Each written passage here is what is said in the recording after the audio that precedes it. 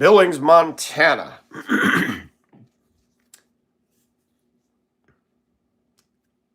Wow. I went through Montana in 2008 on my way from Hibbing, Minnesota to a small town in northeastern Washington. And Montana's big. It truly is big sky country. Big. It takes a long drive to get across Montana.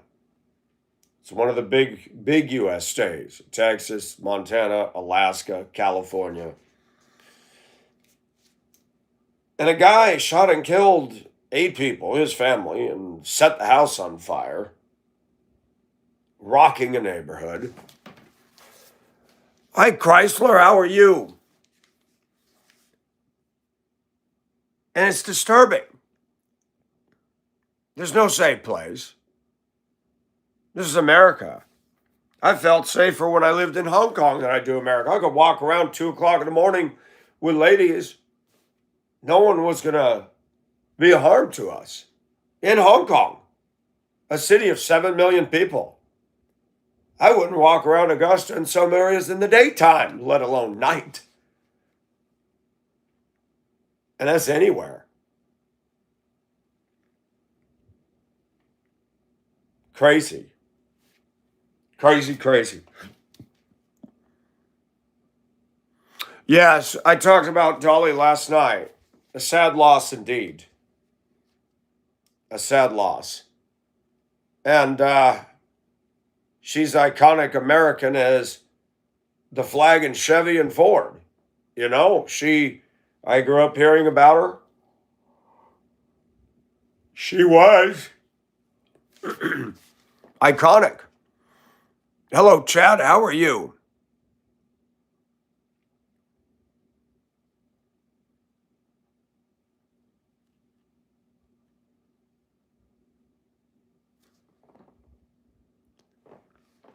Chrysler, did you change your ID? I noticed you changed it just now.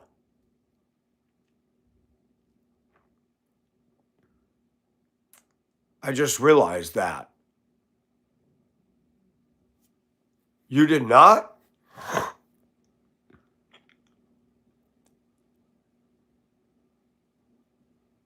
Oh. Chrysler, I thought I made you a moderator. What happened to your mod status? Or are you a different Chrysler? How am I a trip, Chad? I'm different. I'll say that. And boy, that just seems to be a problem. You are expected to walk in sync in this society. And I can't. I just be real. Oh, they changed it to a blue shield and not a wrench. Oh my gosh. We got law enforcement in here.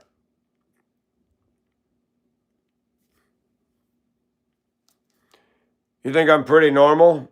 I feel like it. I'm not. I live in a world where normal's redefined daily. And I'm not it ever. But thank you. Telling the truth is dangerous in this country. Telling the truth is dangerous. And that's why most people are afraid. You get the feeling today that we're just one step away from the Third Reich or something. Censoring everybody. You know, the stuff that goes on. And Jesus Christ said, men love darkness rather than light, lest their deeds be exposed. That goes for corporations. That goes for large entities. That goes for the mafia and politicians. Boy, if you come close to uncovering something, watch out. You really think Epstein's suicide was a suicide? I don't. Thank you, Chad. I appreciate that. Yes, Alan. I actually began as soon as I got it cut. I don't like my hair short. Starting to come back in a little bit. been a year since I've cut it. A little over a year. I had it lopped off in September.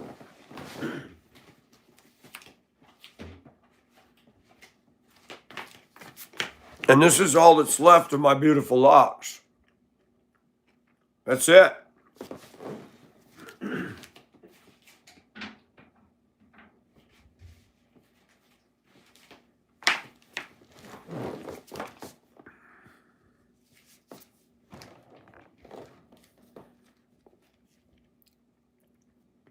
So I got a question.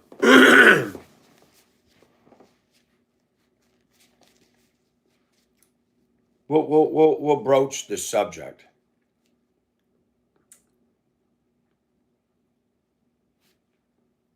When Michael Jackson died, it seemed like his funeral went on for a month. Hi, Colette. They changed the rents to a shield, Colette. Look at that. I'm like, for a minute, I'm like, Chrysler, why is your wrench not here? And then he said it's a shield. But Michael Jackson passed away, and his funeral went on and on. I remember calling my uncle when I was in Hong Kong. He said, oh, it's ridiculous. This goes on and on and on, Michael. I liked some of Jackson's music, PYT, Billie Jean. You got to be starting something. He was in the movie Ben. He had a sad life. His family, I guess his dad wasn't very good. At one point, he was a Jehovah's Witness. Then I think he got out of that. And he ended his life with a struggle with himself. He didn't like the shape of his nose, didn't like his dark skin, and he tried to do things, and it's sad. Michael Jackson clearly showed that he was not connected to the living God. And they mourned him for a month. And Dolly Parton is right up there as a celeb as he was, in my opinion. Love the flowers. Hi, Fallen. Hi, Elizabeth. Hi, look at this. Everybody's coming in the room. Hi, Ken.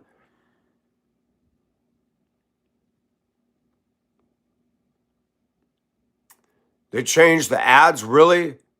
Beth, how are you?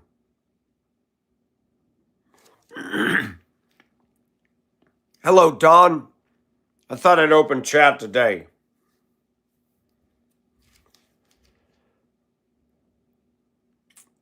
Hello, Darth Maul. Gordon Lightfoot passed a couple years ago. Would you believe I live down here in the South and people have no idea who he was? There is an ignorance that exists from one part of the country to the other. Gordon Lightfoot wrote a more powerful song than anything Jackson or Dolly both wrote. He wrote about a tragedy in 1975 on Lake Superior. Really, Alan, I did not know that.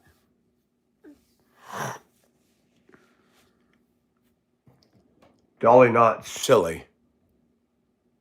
What do you mean, Dolly not silly? Oh. Yeah, I agree. She is definitely comparable. I mean,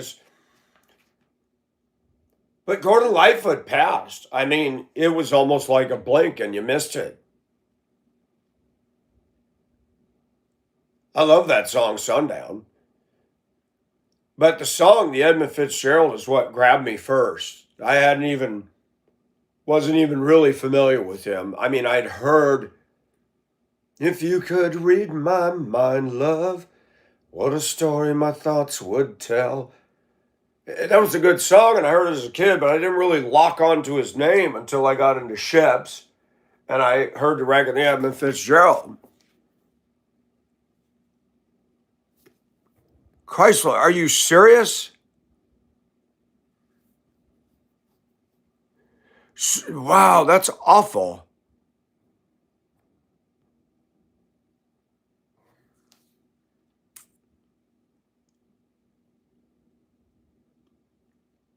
I was talking, Dolly Parton passed away yesterday, Darth, and I was talking about how her passing, when Michael Jackson passed, it seemed like his funeral and the fan base went on for a month over it.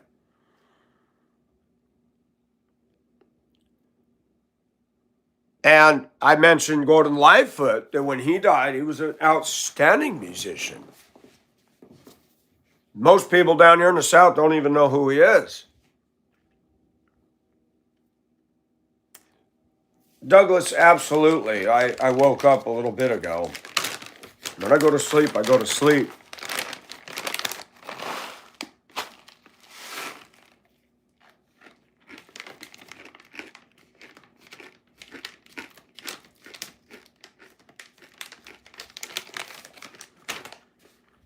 Jamie, I get up early every day.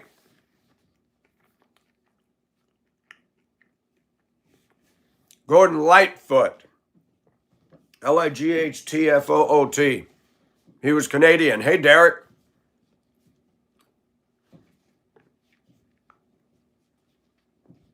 I struggle down here because that's why I walk alone. I walk alone. There are things I miss about the North. I miss being around people where you had familiarity on topics and stuff. But I've always been a loner, and it really happened when I got saved in 1985. When God saves you, he makes it very clear you're not of the world.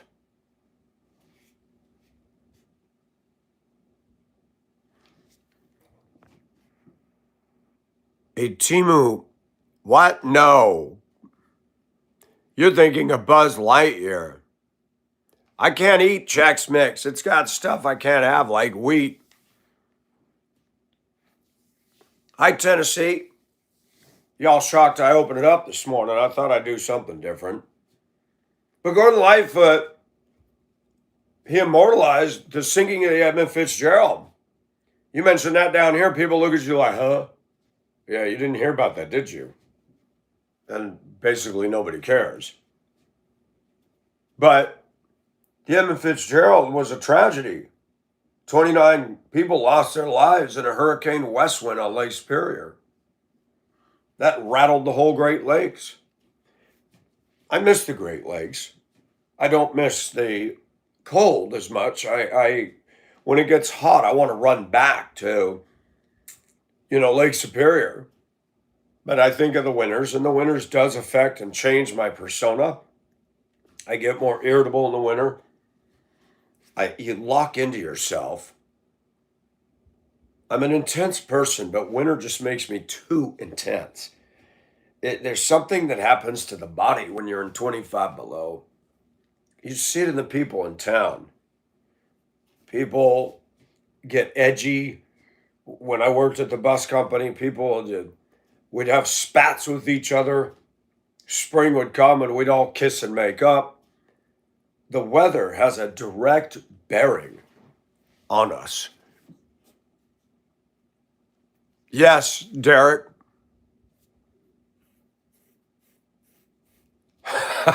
Dog walk. I love winter too, but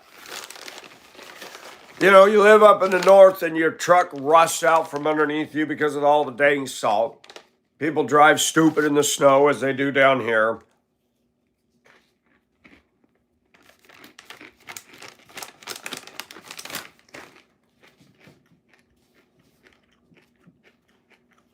Oh, I'd layer up.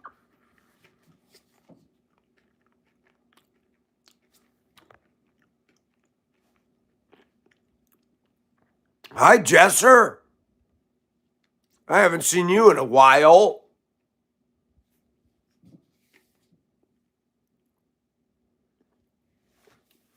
I think of that song by Men at Work, Down by the Sea, falling. We're rugging up for winter. Men at Work goes through my head a lot.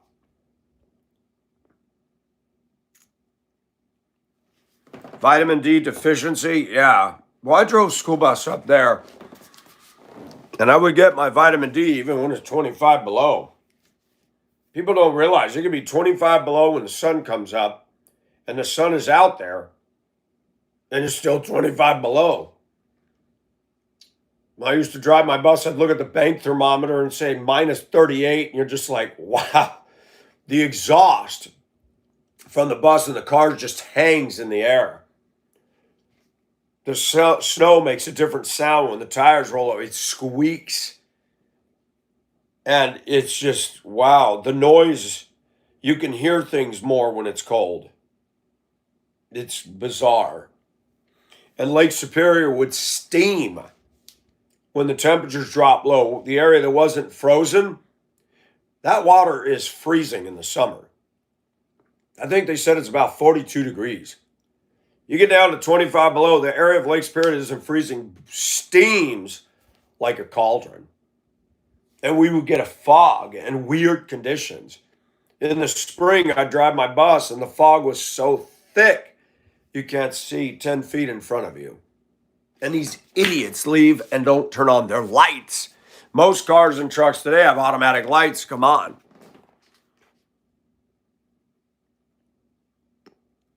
Oh, Colette, yeah, I've heard about that.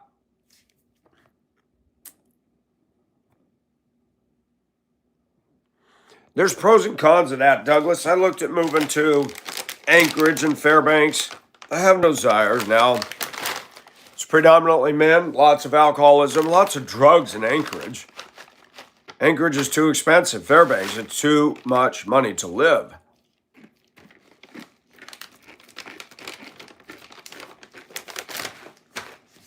Duluth was a trip. I'd drive my routes on Central Hillside and by the lakeshore. You can't see. In the afternoon, I'd go up to Central High School on top of the hill. You're looking at the fog bank and it's clear as a bell up there. And my route was up in the Duluth Heights and the sun was shining. You come back down to go down the hill and there's this big giant cloud in the shape of Lake Superior. It was a trip.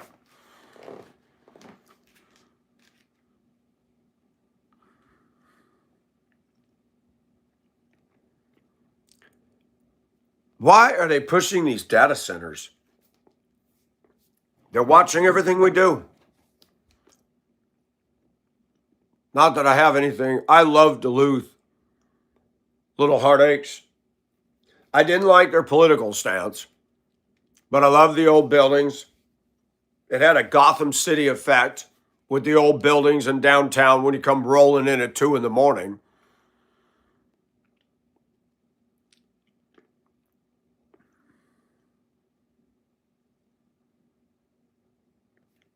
Looks like Mike Wegler needs to be thrown out of the room.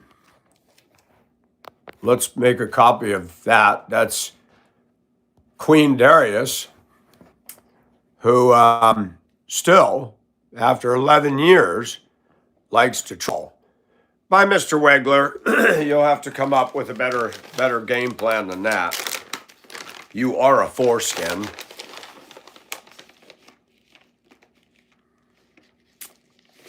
Really, little heart.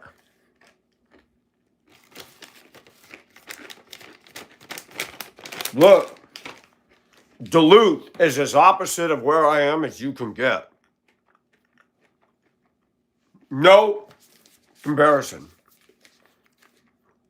That lake dominates everything. It controls the weather down there. I would stand downtown in the summer waiting for the Duluth Transit Authority in shorts and a t-shirt. That wind would shift from the lake and hit downtown and drop it 40 degrees and you're freezing. The driver switched from AC to heat and the driver would say, man. I said, wow, when it changes, it changes. I loved it though. I love the Great Lakes. I still to this day wish I could live on a ship. Douglas, have you seen the robot games in Japan or China or whatever? They're racing robots and they were crashing into big, shields.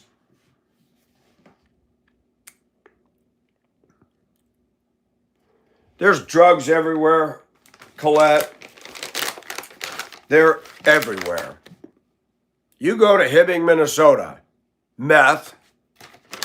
You go to Denver, Colorado, meth and everything else. You go here, drug trafficking is a problem.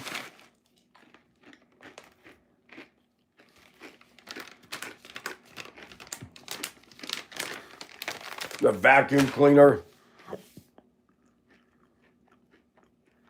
Yeah, Fallen. Those were cool.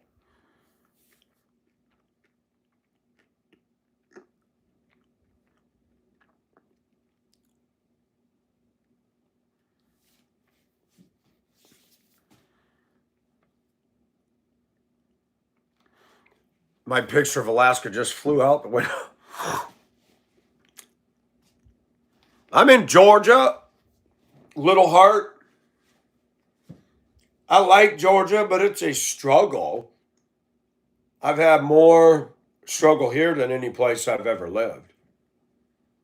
I hated Colorado, but Colorado, my jobs were good. I was treated better. I mean, I could go to Denver and get work. I could go to Commerce City and get in the truck business right now. I don't like it out there. Colorado's a different feel. This whole country's become a different feel. And I've told people when I came back from Hong Kong in 2012, I started realizing I feel like a foreigner in my own country. It's sad, but it's true.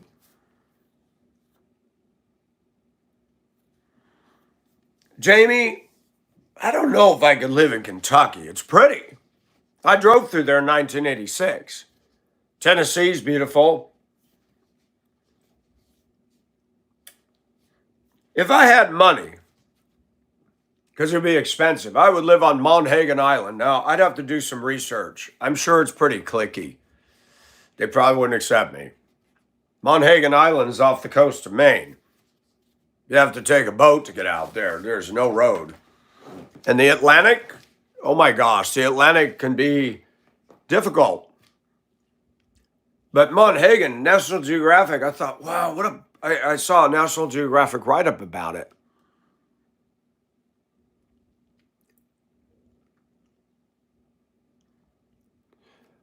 Aussies get high on fermented. You know what, Jamie? Colette, read what Jamie wrote.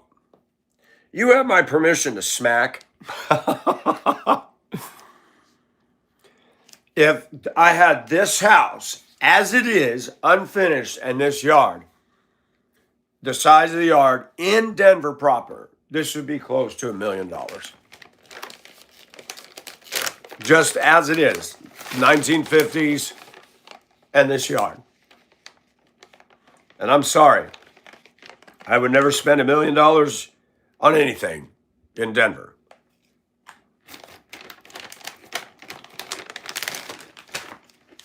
Even if I was worth $10 million, I would not buy a house that costs $1 million. Really, Fallen. That's awesome.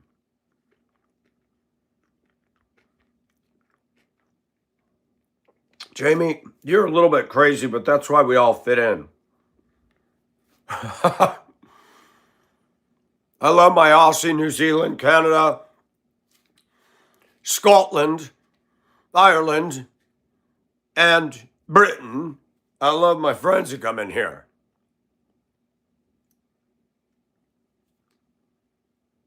Yeah, most Aussies don't eat kangaroo meat. I remember when I was a kid, Jack in the Box was putting kangaroo meat in the burgers in the U.S. and they got caught. Either the late 70s or early 80s.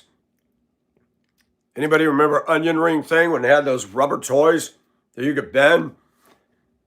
Onion Ring Thing would go, ooh, you remember all that?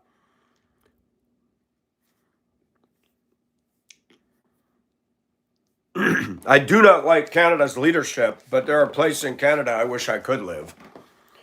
Newfoundland, Nova Scotia, the brightly painted houses where you can see an iceberg go by out your living room window. I would so love that. My experiences with most Canadians is they've been nice to me. And the U.S. doesn't talk much about our neighbor to the north or Australia. And what's interesting is people have been coming onto the lives telling me that they're silent about the power outages in Gary, Indiana. The news is quiet. I'm like, 11 days, no power. They didn't have a tornado. Why is the power out in Gary? That needs to be looked at. What's going on over there? It's hot. Gary's a rough town. It's had a reputation since the mafia. Dumb me. I was on the 80-90 going through Gary, right outside Chicago. Had a 62 Chevy pickup. I stopped the gas up, pulled off, and see the gas station bars all around it. And the pump doesn't work. And I go up to, I'm like, there's nobody here. This ain't open. And then I see the graffiti all over. I was so dumb. When I got back to Arizona, they said, you stopped in Gary? Mike, that is the murder capital of the USA. And that was in 86. I said, wow. Yeah, I stopped.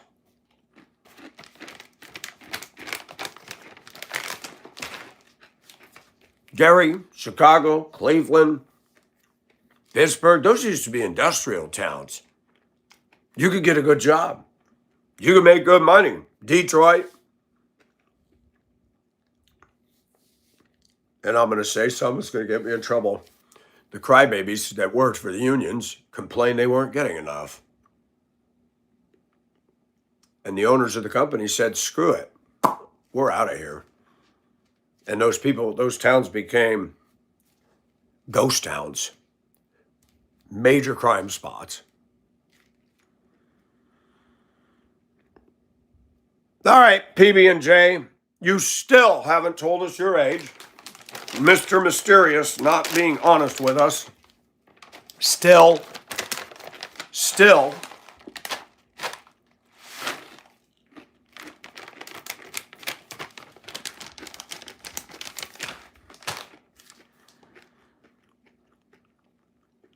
Nikki, thank you for your comments yesterday. I appreciate that. I am at some point going to reach out and call you. Yeah, August and September have been some scar tissue for me living out here. I don't like August and September. I like to get through those months. Bad things happen to me in August and September in dang Georgia. What am I eating? The naked truth, buddy. Bare naked granola.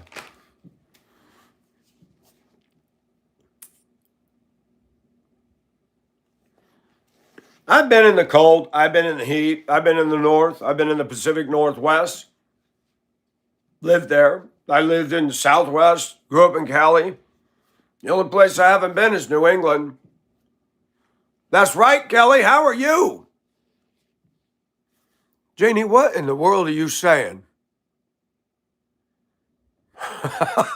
Colette, that's disgusting.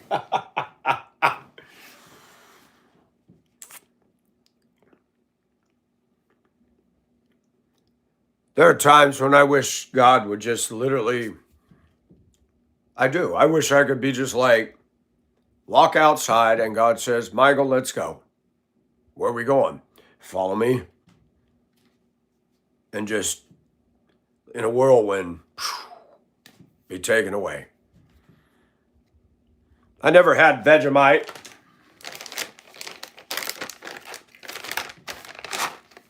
I met a strange lady. She made me nervous. She took me in and gave me breakfast.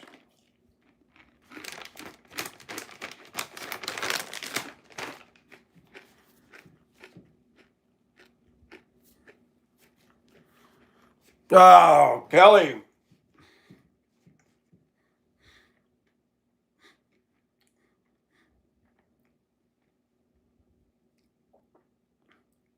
I know. I know.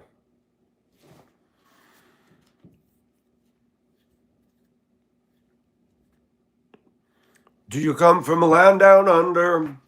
Hi, Earth. How are you?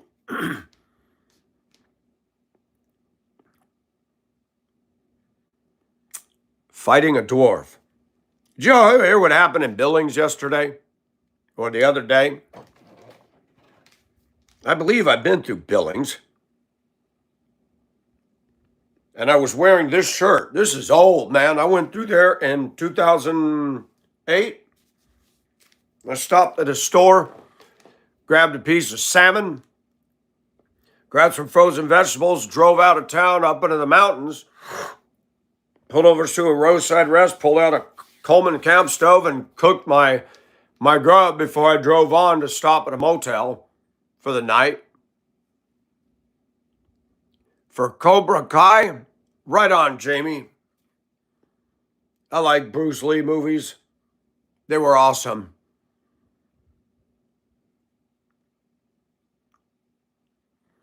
What dress are you talking about, Kelly? Oh my gosh, do I gotta walk in the room and check it out? Me and my lady's clothes. If I have a female roommate, she's petite, she can have a whole wardrobe. People are laughing at me. People won't even talk to me now because I wear feminine clothes. They think I'm a trans or I'm gay. I'm like, you know what?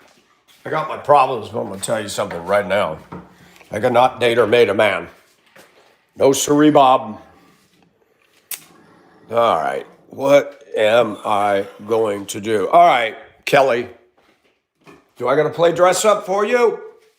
It wasn't this because this isn't black. It's too hot to wear this. Colette, I need to get my button gear and send this to you. Because you touched me that you want it so bad. I don't even wear this pink thing anymore. Look at that. That's just naughty. I like to make people think, oh, they think all right. I like this with the built-in bra. I think you're talking about this. I think you're talking about this. You know why I started doing this stuff? Because I live here and there's nothing to do. Augusta's a good town to drink, if you drink, to smoke pot, which a lot of people do, to self-stimulate yourself, or have affairs and cheat on your wives and husbands, because that's what this town's all about. It's just, I'm going to start rating towns in America based on that there's no real fun stuff to do unless you're getting drunk, high, or getting laid appropriately or inappropriately. It's one of those kinds of communities. And that's one thing I miss about Duluth is you had the lake or the ocean. If you have the ocean, you got something. You talking about this? Here, do I need to dress up, Kelly? It is. American towns, unless you got money. But even in Augusta, what are you going to do? The only thing we got going for this town is the Masters. If you're into golf, and I'm not into golf, I'm not against it, but I'm not a sports guy. I could care less about the NFL and basketball. I'll watch a good basketball game. I used to watch the Broncos when they were doing well, and I lived there. Now I'm for the Falcons because I'm brand loyal to where I live. But I think they're overpaid. I think they make too much damn money, and they need to get a real job. All that is playtime. Yeah, I know, they get hurt. Yep, I've heard it all. But I don't, sports has just dominated our world. You know, I'm just, I look at people and they're dressed, whether they're into cycling or sports, and they're dressed either like Lance Armstrong or a Nike checkmark. And it's like, wow, there's just your whole identity's wrapped up in that. And women out here will complain about the way I'm dressed. And they look and dress like men wearing Nike underwear, socks, and pants and hat, and they look like one of the boys. And they don't see the hypocrisy of that. I find that fascinating how that doesn't register with them. It just does not register with them. All right, hold on here. I'm changing the guard. I guess we'll do the white pearls. I just do things because I'm bored. I'm harmless, man. I'm just a simple guy that likes to think, challenge thought.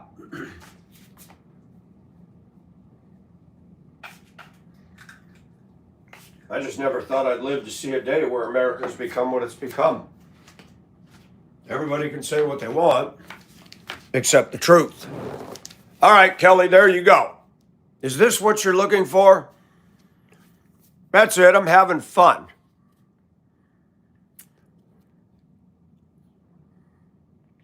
Douglas, I looked at Alaska. I don't know if you can still do it, but up to fairly recently, you could still homestead up there, but the land that's available for that is way the heck out.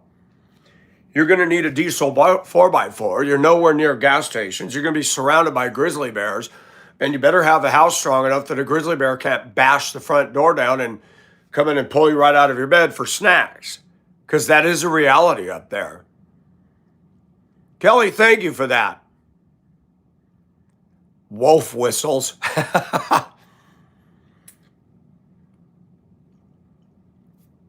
I care about what people think about me, and I don't. It's a dichotomy. It's a struggle. There's times I'm very insecure. I'm human. I feel fears. I feel doubts.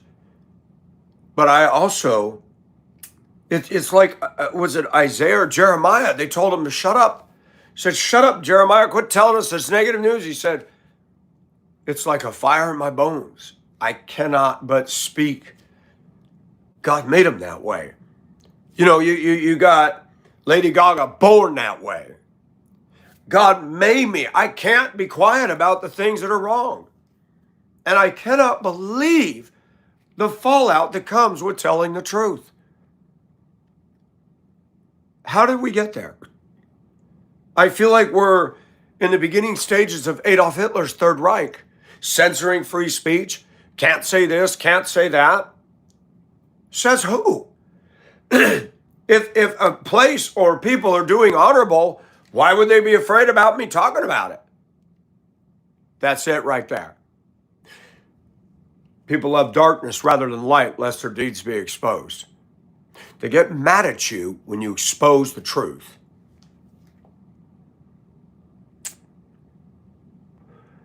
Paul, I wish I could. I would move. I don't know where I'd go. I say I'd go to Ohio. I don't know. I don't want to go west. I grew up out west. I've covered Montana, Oregon, Washington, Arizona, California, Nevada, New Mexico, Utah, Wyoming, Idaho. I don't want to live out there. I'm more east. I'm more northeast, but the northeast, oh my gosh, Portland, Maine, Bangor, Maine. Did you know there's an Augusta, Maine? I thought, wouldn't that be funny? I'm going to move to Augusta, Maine. Mike moved from Augusta to Augusta. I was packing something the other day, and there's a Denver, North Carolina, or South Carolina. I'm like, Denver? There's another Denver?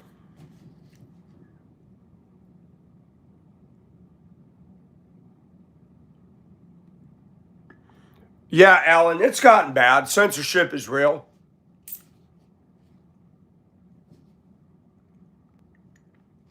Where's the home of George Clooney? Stephen King lives in Maine. I never, ever read a Stephen King book. I started to. I'm like, no.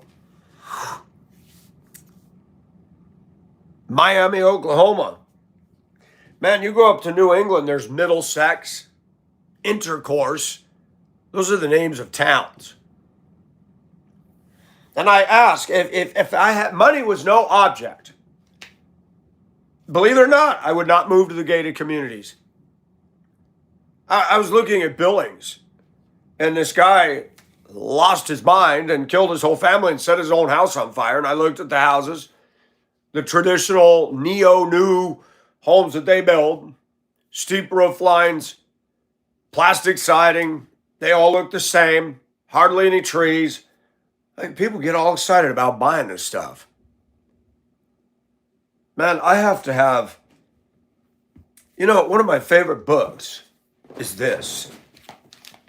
I haven't read it in years. I read it when I was in school. I did not read the trilogy. I just read this. My favorite part of the story is The Hobbit. When he's in his cool little cozy home and has the big party before they float on barrels down the river to begin their epic adventure to find Smaug and the dragon and all that.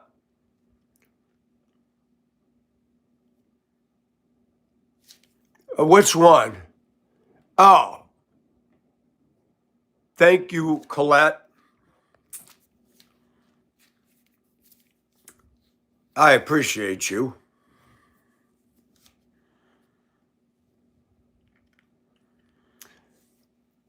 Lisa, sometimes it's hard though. I mean, all you need is love. Bum, ba-da-da-dum. All you need is love. Love, but where is it?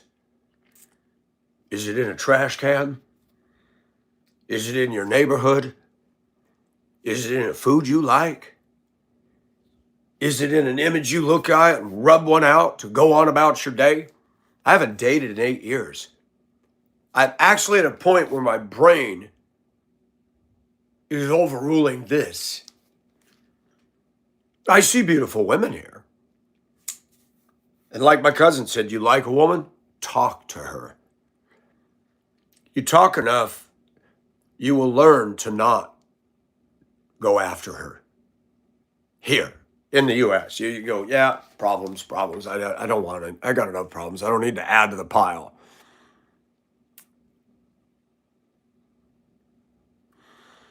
Colette, I lived a lot of places. I wish I'd have buckled down and stayed at one job for 20, 25 years, and I wouldn't be having to worry about going to work. Kelly, is this the outfit you were talking about? Yay or nay?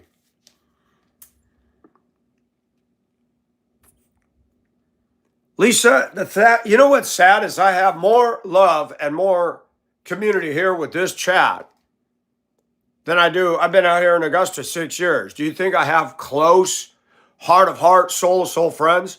No. I had friends in Denver. I had friends in Washington. Hibbing? No. Hibbing was a creepy town. It was creepy. Horny blow. Oh my gosh. I've heard there's some names in Australia that are rather interesting and have a sexual connotation.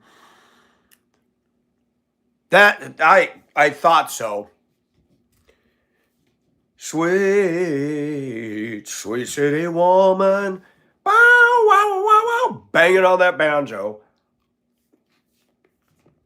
I love Dire Straits. Don't give a damn about some trumpet playing band. It ain't what we call rock and roll.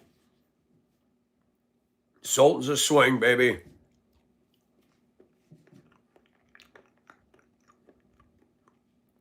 Sultans of Swing was one of the best. I mean, I went downtown on the Riverwalk, and there was a band down there playing them, and I stopped. I'm like, hey, they're doing pretty good. Don't get me wrong, I like trumpets and horns, and I love classical.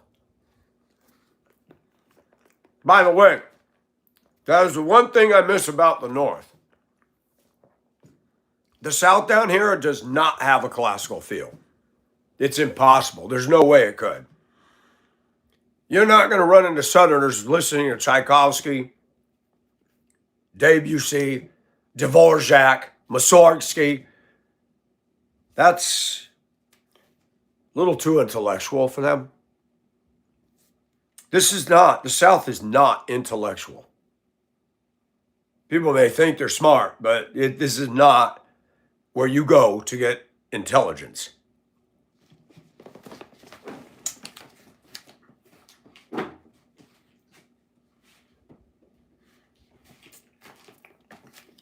My observation. You want intelligence? You kind of got to go north. Something about colder climates. You look at the classical composers.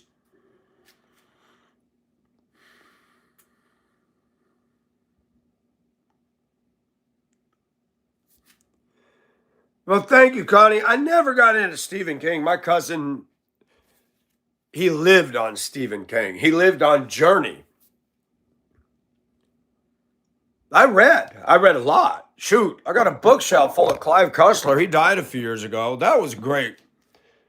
He's about action and adventure.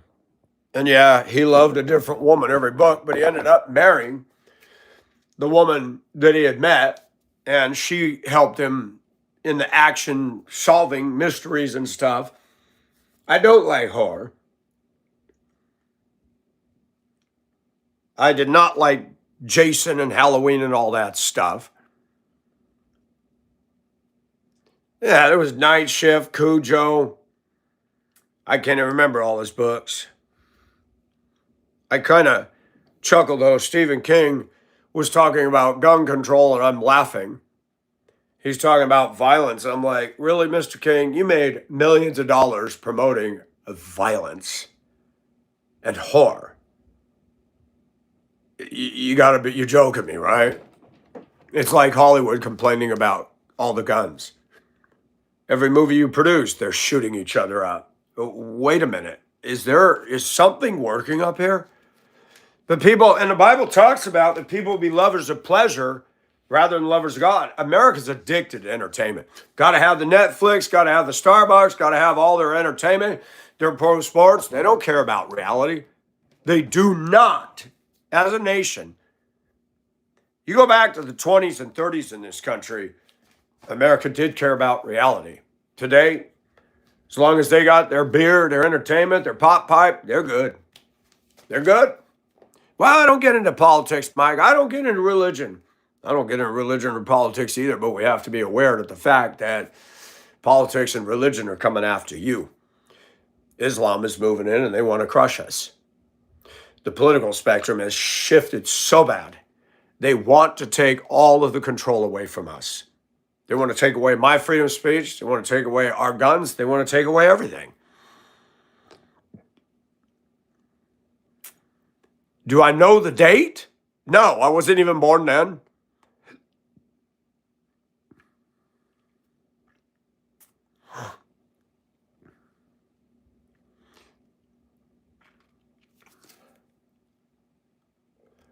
Why did I keep thinking he was assassinated in 1964? Martin Luther King was what, 1967? I thought he wasn't too far from the time of Kennedy's assassination. Only whack jobs assassinate anybody, period, end of story.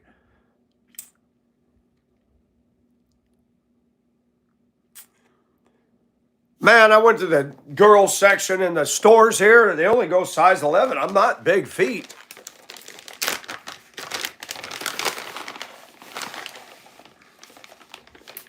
And they don't fit. They're too small.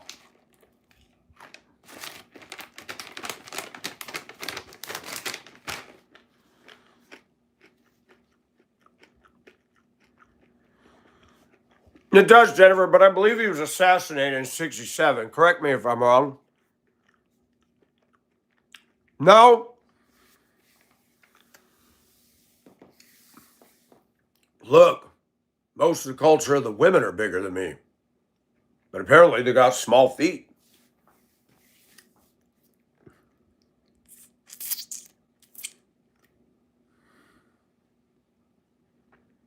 Somebody can Google MLK's assassination. You know the song Pride by U2. One man come in the name of love. One man come and go. One man come he to justify. One man to overthrow. In the name of love. One more in the name of love. There's a reference to Memphis, Tennessee. They say he was singing about MLK. I didn't know that. I love the song Pride. And Jillian has informed me that YouTube's actually on the wrong side of things. I like Ms. Bono, but Ms. Bono supported the IRA. And Jillian has told me how the IRA, they're against Protestants, that they're Catholic, of course. See, this is what we did not learn in U.S. history, is what's going on in Ireland. Irish are fighting people. Not always with their fists.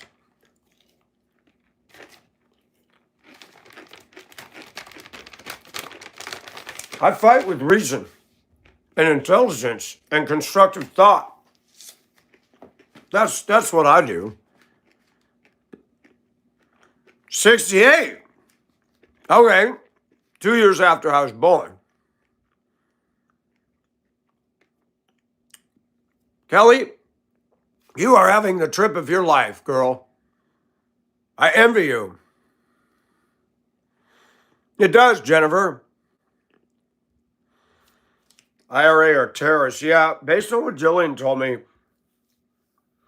the U.S. news is even myopic.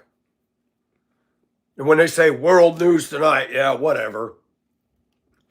They focus on celebs and culture that I really don't care about. Then the sports world. People talk about elites. Well, Hollywood and the sports culture are elites too.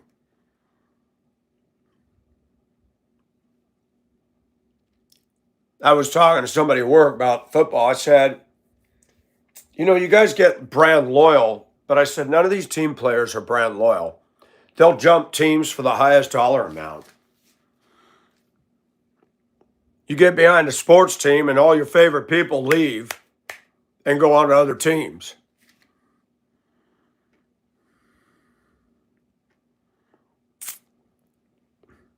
Welcome, Foot Guy. Who's Foot Guy? Jamie, where have you been? I know you were going through some tough time. You feeling better? Dang Dallas Cowboys. They're into the Cowboys here, and they were into the Cowboys in Denver. I said, what do all you Dallas people move up to Denver for and move to Georgia? If you're going to get behind a team, you need to go local, man. It's like when I lived in Denver, all the Oakland transplants moved to Denver screaming Raiders and had their pirate logo on their trucks and would act bad. Out of all the football teams, I couldn't stand the Raiders. So what is it about the Raiders fans? It just promotes stupid behavior more than the other teams.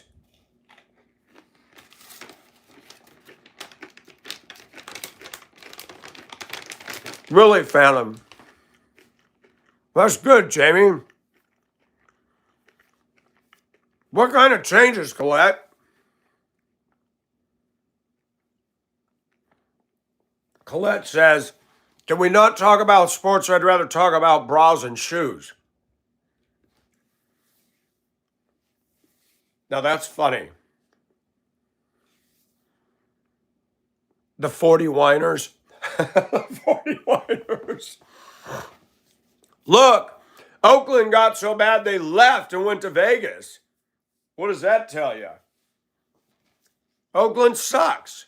I would not live there. San Francisco is a beautiful city. It's dominated by leftist politics. It's dominated by LGBT. And it's ruled by clowns. Gavin Newsom is a clown mayor of California. I grew up in California. I'm disgusted with what's happened to the state I came from. California at one time was one of the greatest states to be in. We had the beach. We had the mountains. You could surf, ride bike, and ski in the same day.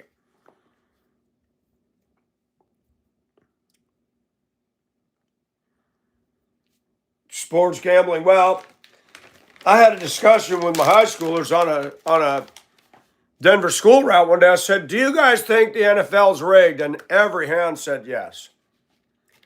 We talked about where a team has done well, outstanding all year, like in the case of Denver. They played against the Seahawks and made the Super Bowl. Remember when that opening play, and Manning's looking at the balls going the wrong way. And every play that Denver did, the Seahawks were on them like wildcats. So what happened to the Broncos? Ask the kids. Does somebody else higher up determine who will win? Is it really down to team playing team, or is it a strategy to make it look like, and the money is put out, we're going to have this team win because the Steelers rigged the Super Bowl in 2005. So do you believe that? Has football become WWE? That is my question. And I think it has. Absolutely.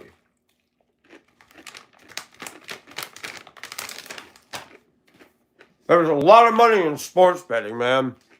Millions and millions of dollars.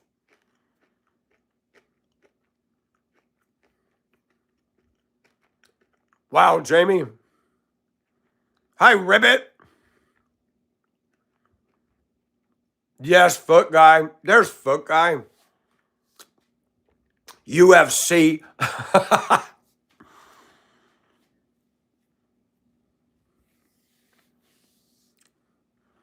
I want to try high heels. I like dressing feminine. There's nothing else to do here. Nobody's going to date me that's worth anything. Nobody. Not here.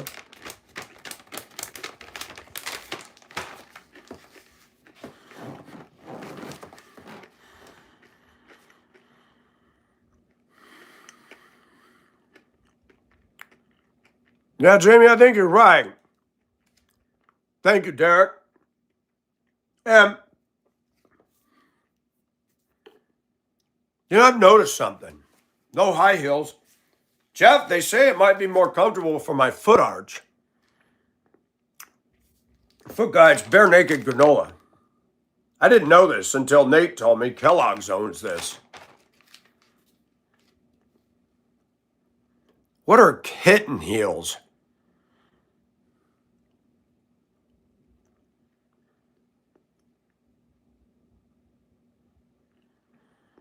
Interesting, Douglas. What are kitten heels, Jennifer? Man, Colette keeps telling me I need to keep my legs close together. I have to sit like a lady when I have a skirt. I need to wear my slip because there's way too much stuff here that... Where is my...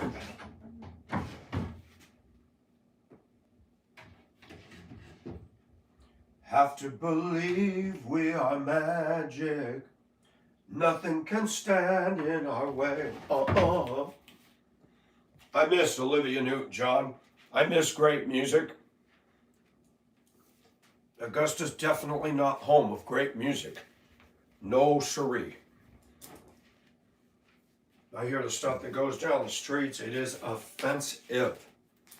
It is not music. It's horrible.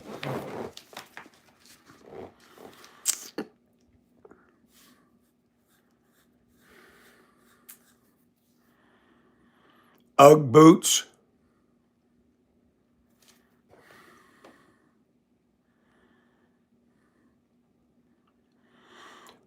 And consumerism is a trip, Phantom.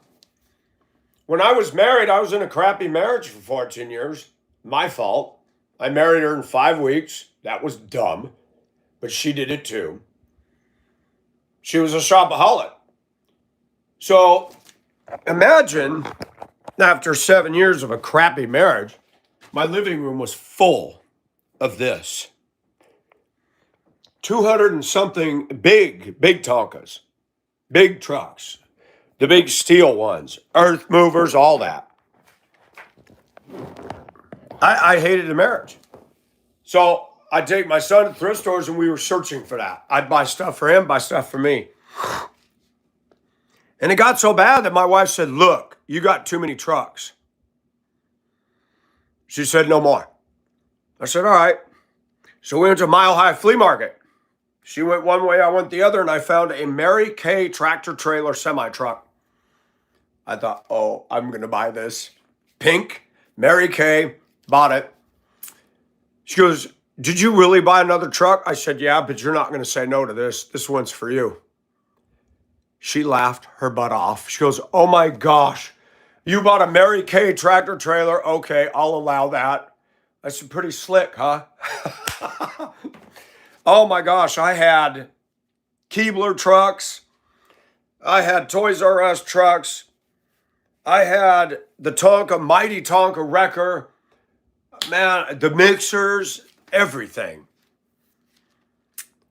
I'm not up late, Tina. This is my day. I'm East Coast time, right? But she would buy crippy crap. I said, man, the stuff you buy has no value. It's just crippy crap. And it's everywhere. I tell you what, I got tired of being a slave to dusting. Colorado's dusty. You live out west, it's dusty. Man, the time you spend dusting all those trucks and all her clunkets and trinkets and crapola. Man.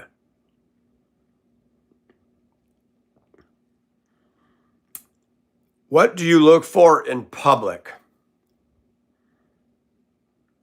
I had over 1,000 Matchbox, Hot Wheel, Johnny Lightning, Tomica trucks. You know, like this stuff. I bought some Tomicas when I lived in Hong Kong.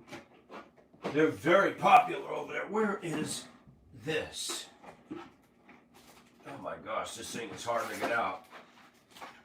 I mean, I'm so stupid. I still collect buses on occasion.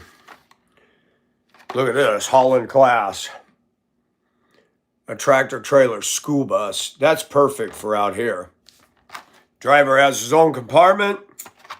Kids get on back there and go, yee-haw! That's what they need. The drivers, they need that. They need protection from the students.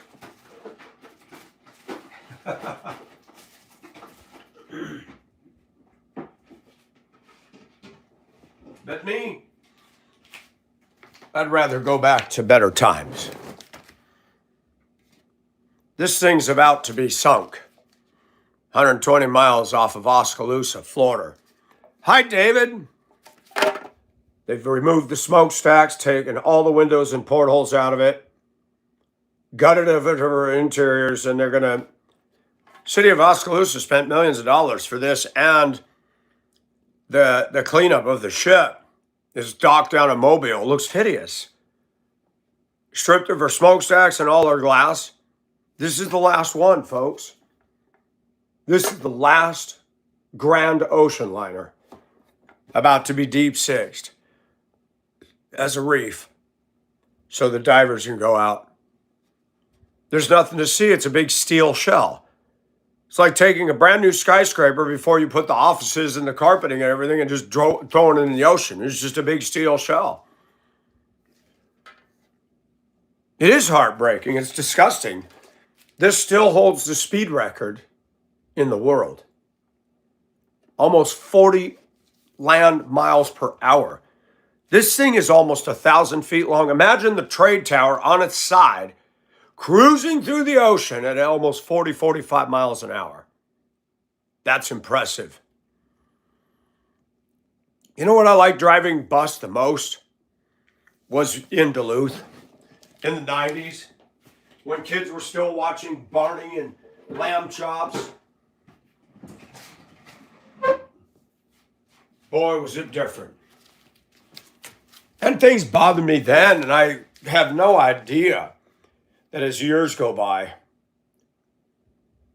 you know that something's about to happen. The kids have no respect by and large. The society caters to the children. Children got more rights than parents. Some places it's illegal to spank or discipline your child. In Canada, you can get arrested if you spank your child. In Canada, a preacher said that homosexuality is a sin on a Sunday morning message at his church. He was arrested in Canada years ago. That's crazy.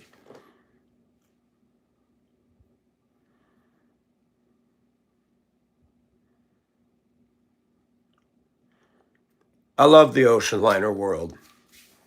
And the reason? I lived my life that way. I'll never get to be on a big ship.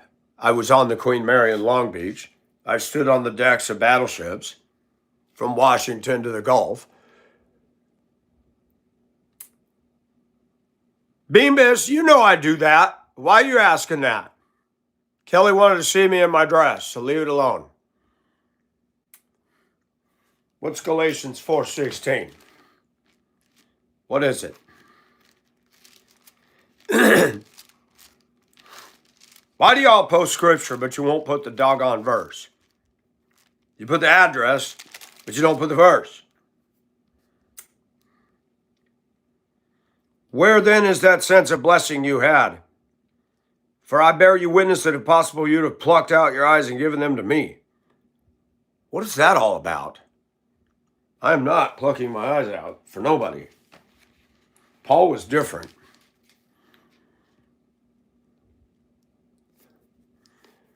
I think it's past your bedtime. Come on, Colette. You stay up late all the time.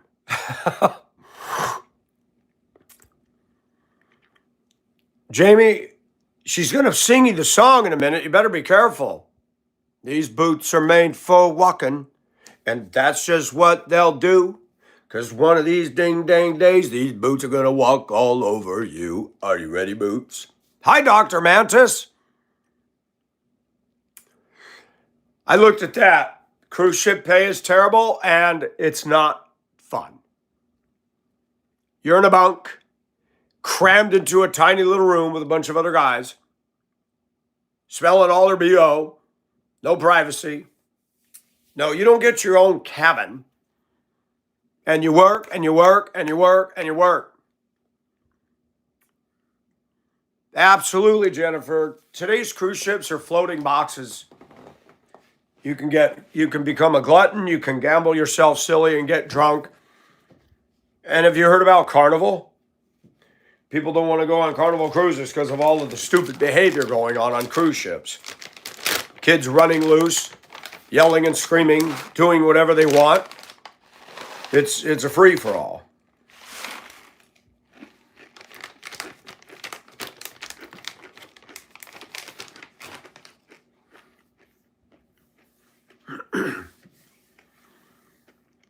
I believe that our society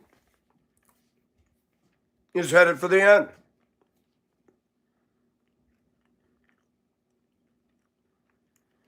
Douglas, I do not want to be on a submarine with a bunch of guys. I wouldn't want to be on a submarine 6 months with a bunch of women where you're under the water. It would get ugly down there. You're too close to each other. That's confining, restrictive.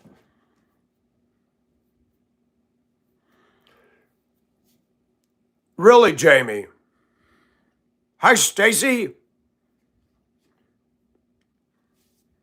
People can't even behave on a boat. If they can't behave in the streets and they can't behave in their town, why are they going to behave on a cruise ship? They call it Carnival for a reason. If you want to go on a nice cruise, you're going to spend a lot of money. The Cunard line was resurrected by a rich guy. The Queen Mary II, Queen Elizabeth, and all these new ships that are supposed to somewhat resemble the old ocean liners, but not totally. But you want to go across the Atlantic, you're looking at what, $15,000, $20,000. That's too much money for a boat ride. I envied Jonah. He got a whale ride for free. I wonder what it was like.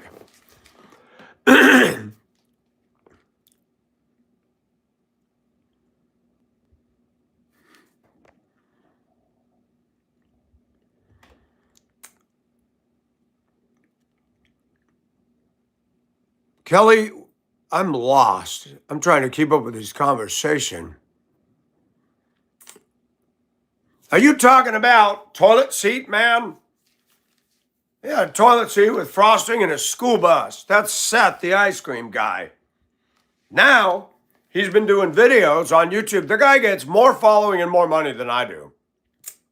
I do not make a living from this. You know, I've had entire months of nothing. One person made a sizable donation this year. One and only one. Out of the blue.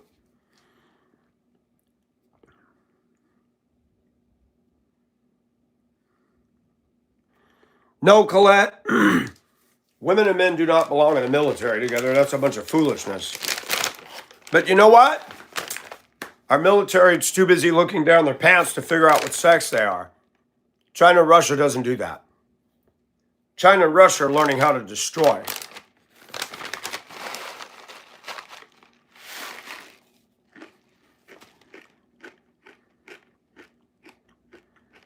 Kelly, that's awesome. Kelly, you just like me. You think I'm sexy in my dress. Admit it.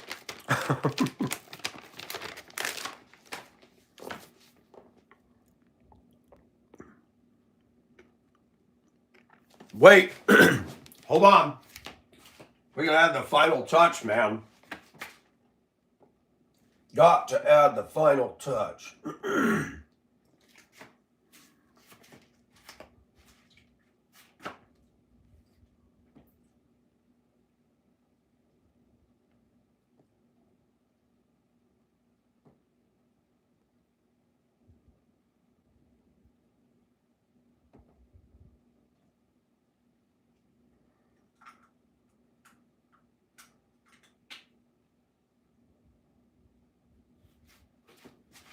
A little hot pink lipstick to finish it off. Kelly.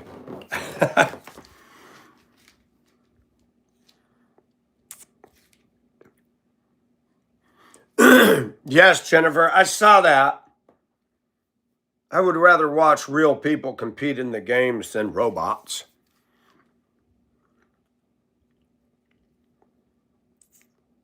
Beambus, Chambus, are you still in the house? Hey, Paula, did you get any? I keep forgetting. Are you Swainsboro or Wrightsboro?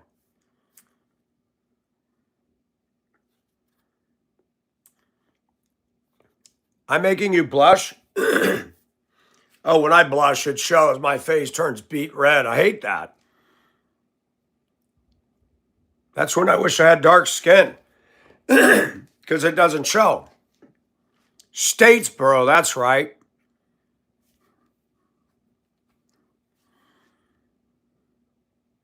Colette.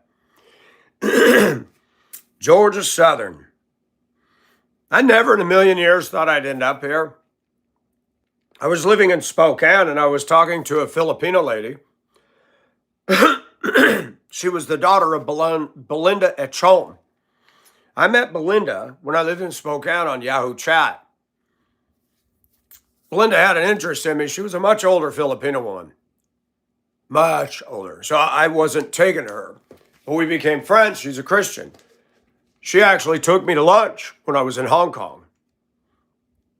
And she introduced me to her daughter, who's married and lives out here. And she said, you can move, you can stay with us, and I think you'd like it out here. And at that time, I'm like, Augusta, Georgia? No. I'd never heard anything good about it. In fact, I never heard anything good about Georgia. I always had a curiosity about Georgia. Man, I had a crush on a girl named Joanne Stripe when I was at Walter Elementary School. Cute blonde girl, she was from Georgia. I had a friend named Kim Kelly who was from Georgia. Well, they got some pretty girls in Georgia. My dad had a bumper sticker on the back of the camper, Georgia Stone Mountain. I heard that place is literally minutes away from a crappy neighborhood. And people are saying Stone Mountain is racist. Oh my gosh. It's funny, everything's racist, but never them. Never them. They're not guilty of nothing. Come on now. I don't remember the last time somebody made me blush. Let me come down there and see you, and I'll see if I can work my magic, Colette. The moment an American made a New Zealander blush will continue after these messages. No, do not go to a commercial break.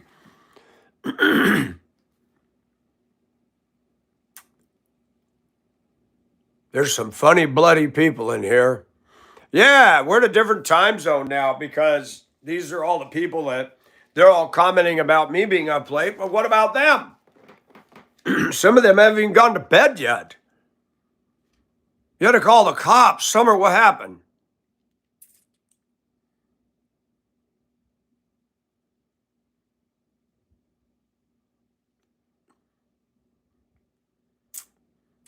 Jamie, you're so bad.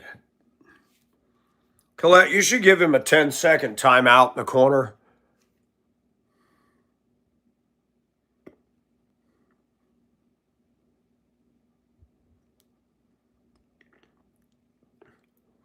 Yeah, you're 3 hours behind me, Phantom. I used to live in Washington. Now, see, if I was out west, none of you'd be catching me. In fact, when I had my YouTube channel, it was not what it is today. Because I started it in Spokane. Oh my gosh. Oh, wake it up, baby. Oh.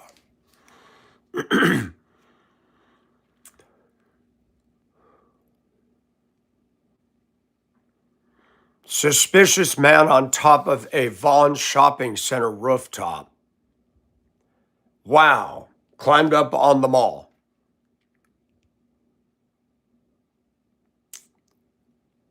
My neighbor down the street was a submariner with a liberal nutcase wife.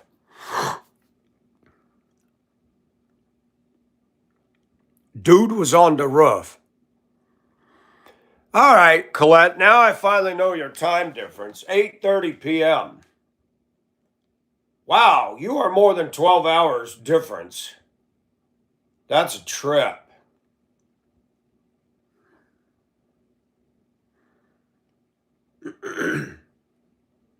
America needs to do away with daylight savings. That is a crock of crap.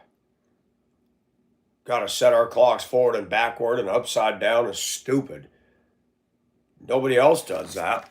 Why do we?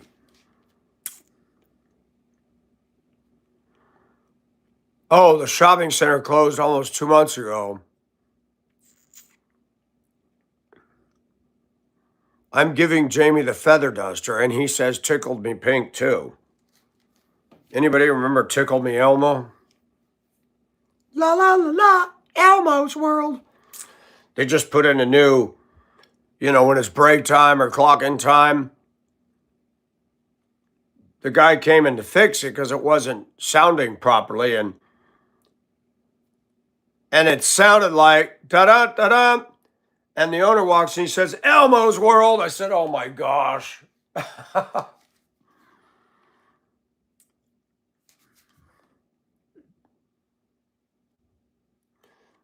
And there you go, Jamie.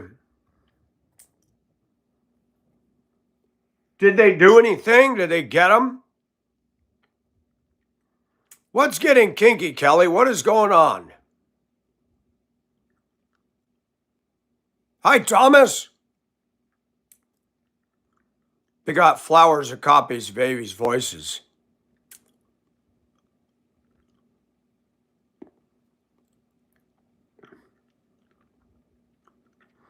Summer, they shoot everywhere. Blame the feather duster. I don't like being tickled. I'm not Tickle Me Elmo. When I was married, I woke up one Saturday morning, my wife yanked the blankets over my head, sat on top of me, and tickled me profusely. I said, you know what? You're going to die. I'm trying to get the blanket off me so I can breathe. And I gave her a severe tickle thrashing. She kept crying mercy. I said, oh, now you want to cry mercy, huh? You think that's funny? I'm barely awake and you did that. That's a no-no. Many more divorces. Men don't like being tickled with feather dusters. That's fruity.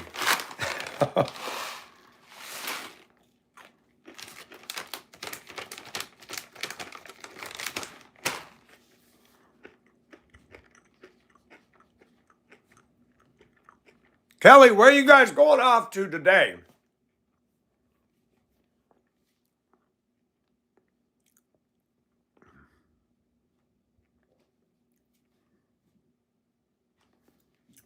It wasn't me. Whatever, Shaggy. Whatever. It is torturous. You know what else is torturous is when men, when they and their woman are in the bed and it's cold winter and they pull the blanket over her head and fart in the blankets. That's just wrong. You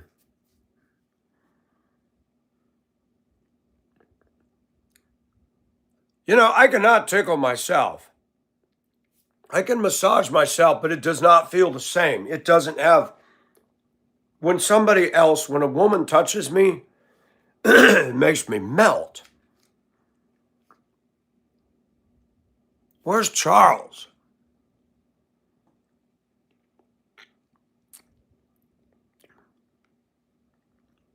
Thank you, Charles. I just saw now. Absolutely. I turned on the chat this morning. I get into heavy stuff today. I want to lighten up a little bit. What should you be for Halloween? I don't dress for Halloween at all. Kids on the bus would say, "What are you supposed to be?" I said, "Me." And the kids would scream. I hated St. Patrick's Day on the bus.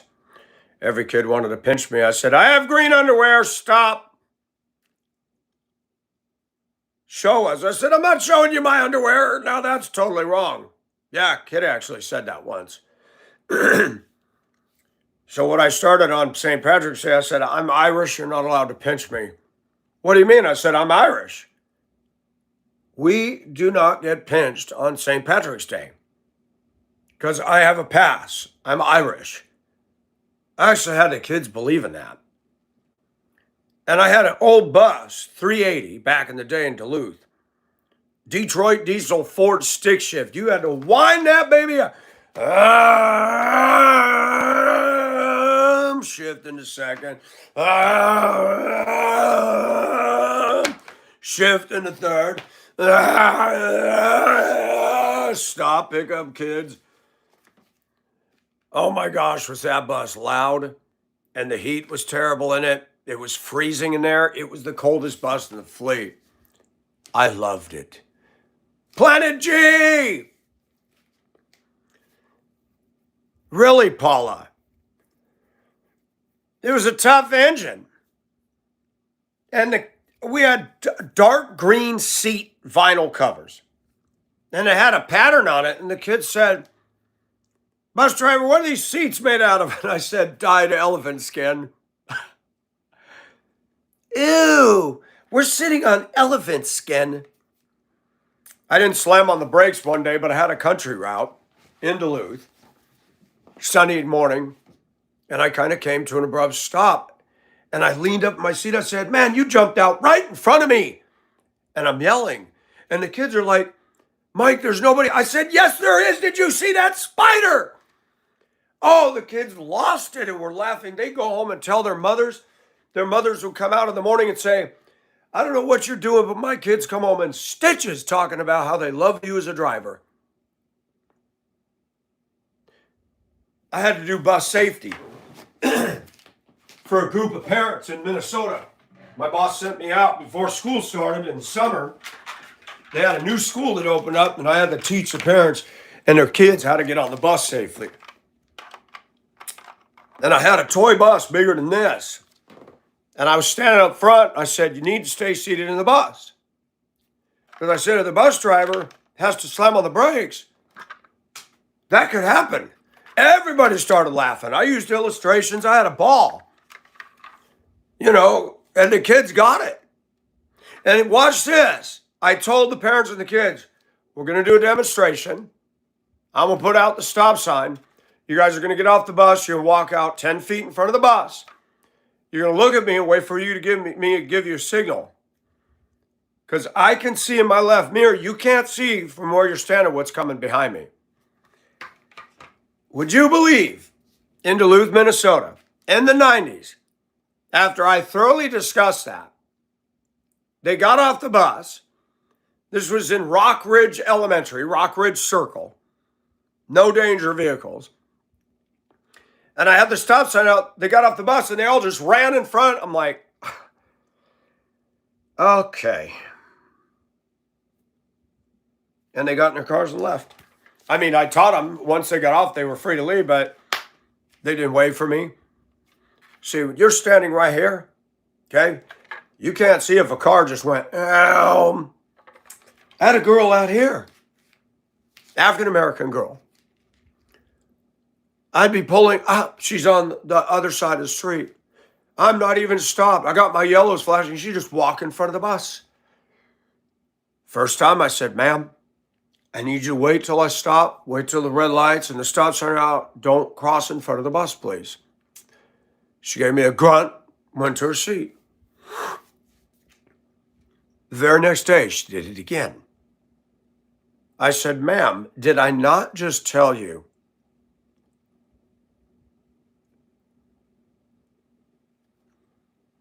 And I was firm. I didn't scream. She sat down. I did not get to the end of the block. She goes, let me off this bus. I opened the door, said, bye. She walked to school. She wasn't on for about a week. I pulled up. This time she waited. I had my yellows going. I stopped. Put out the stop sign. A car from behind, the quality people in Augusta, tinted dark windows, matte black paint, license plate hid with dark covers, you know, the kind that are going to be in trouble with the law, went, zoom. I laid on the horn, doesn't matter. She looked up at me. I said, come on. And as she's crossing in front, she goes, did you see that? She comes around the door. Oh my gosh, did you see that? I said, ma'am, that is why I tell you to wait. I said, I don't want to see you guys get hit. She got it. It connected. School bus driving is no longer what it used to be. It's not just driving the iconic yellow bus. Now you got cameras. Now you got to do this. Now you got to do that. The political games you got to play, the politics of any transportation is absolutely ridiculous. I used to love driving a school bus. I could get in my bus and do my job and have fun.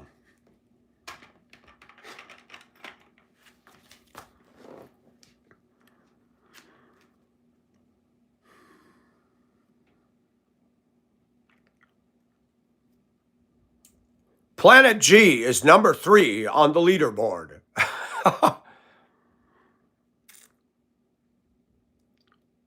I used to go down to Little Rock, Arkansas with a group of us from Duluth. We'd all drive one of our school buses. We'd drive 1,000 miles straight, stopping only for fuel. Little podunk towns down in the Ozarks and Missouri. Some people call it Missouri. I live in Missouri. There's no A at the end of that. It's Missouri. And sometimes I said it's misery. St. Louis sucks. I remember going through there in 1986.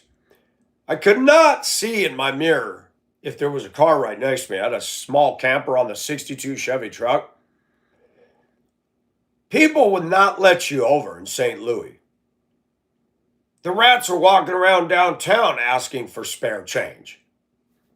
St. Louis sucks.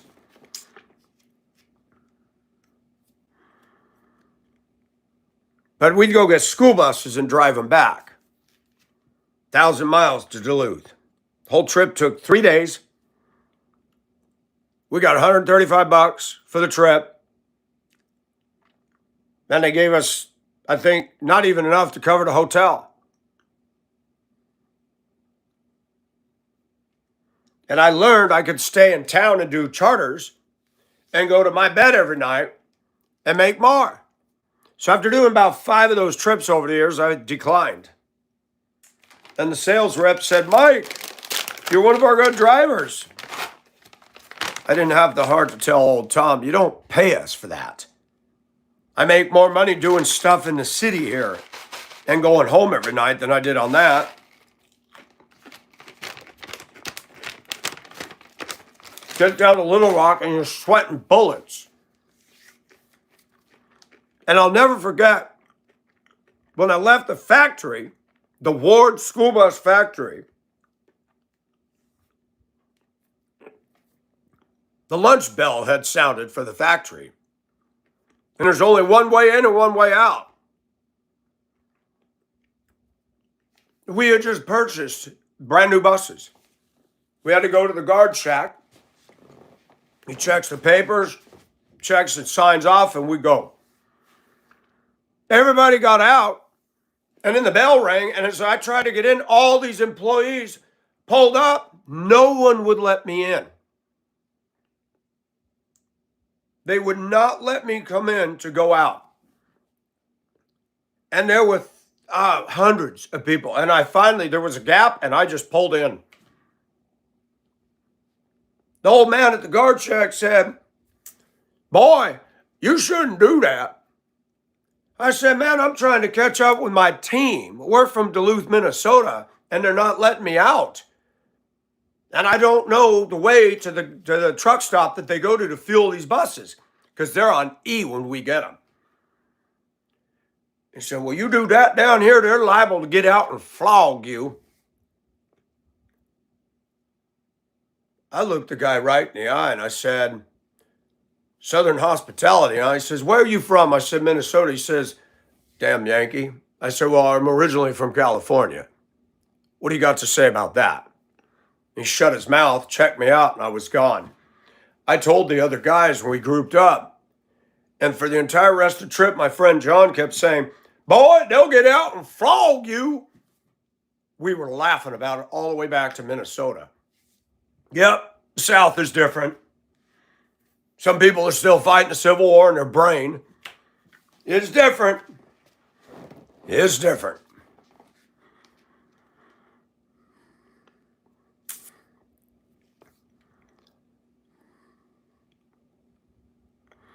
I want blue eyeshadow. I think it's sexy. I like looking at women's pictures where they got that eyeshadow on and some of that makeup. I don't know why. It's a fetish, I guess.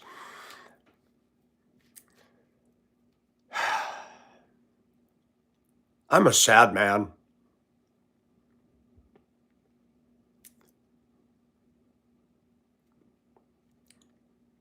I live in a fantasy world because the real world is harsh as hell.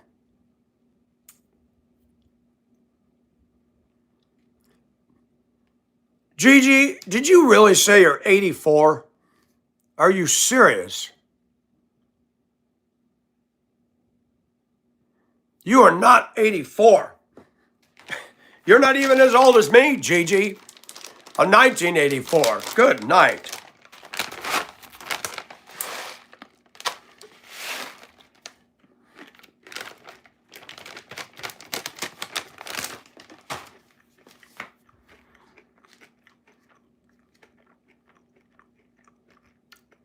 I like talking to Planet G, but she definitely has a dialect and an accent. I have to say, Jamie or Gigi, slow down. I cannot understand it. She'll laugh. The cheek of you scoundrel. Listen to you. Did you call me a scoundrel? I just told you the other day, at least you don't call me a scoundrel and you call me a scoundrel. All right, scallywag. You can swab my decks. I've asked you, mate. You turned on the captain. I'll show you. I love you, Planet G.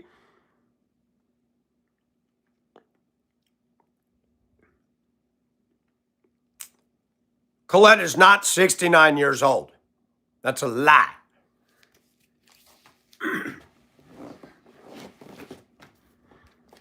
There's no way that she could be 9 years older than me. That's an impossibility, Colette. Are you serious, Colette?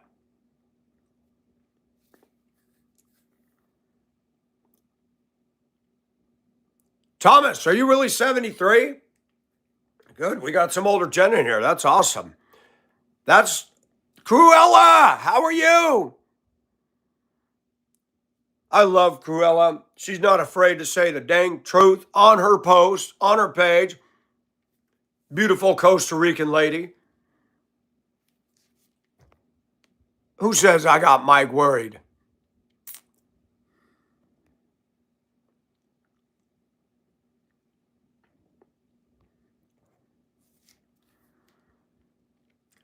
It's like an old cat house in here. Cat house? Douglas, you bad boy. Go sit in the corner.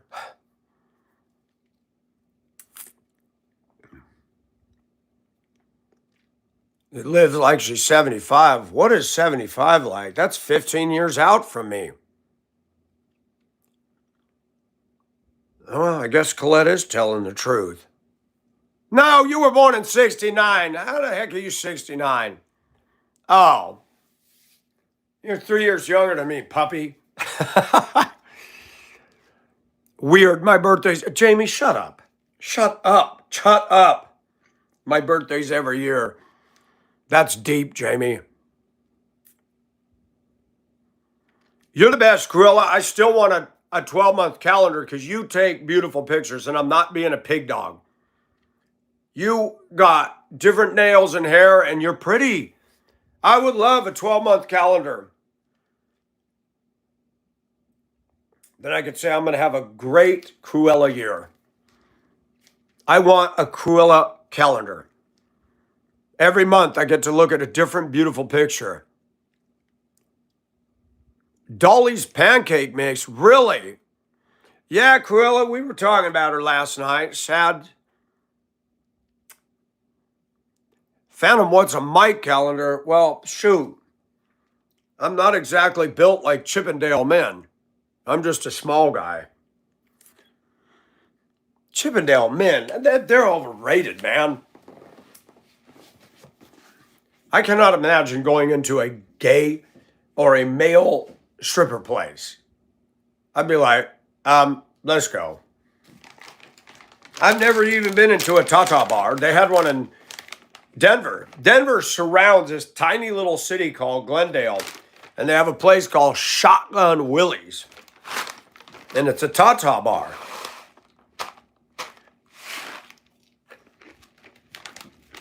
Never had a desire to go.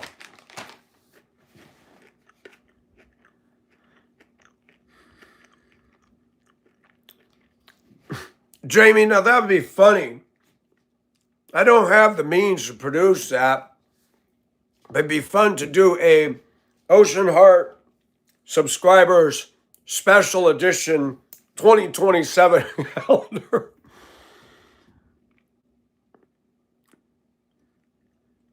She's got it. Ooh, baby, she's got it.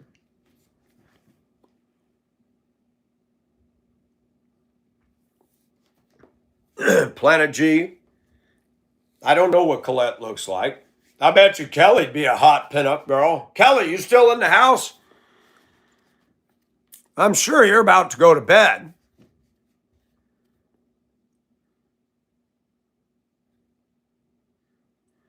I'm sorry, greatest. Greatest, how old are you? Can I ask you that? And what state are you in? You told me, but I forgot, or maybe you didn't tell me. What month would I pick if I had a month? Boy, that's a tough one.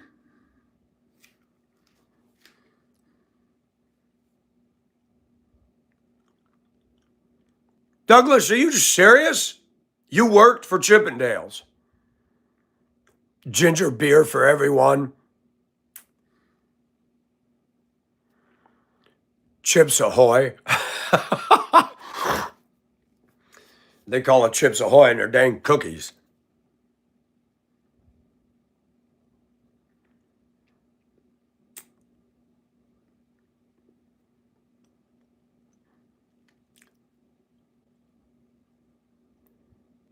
You're going to Jamaica.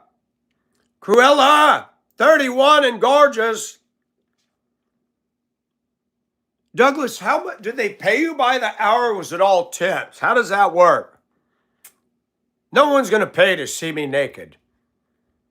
I'm not a big old hunk guy.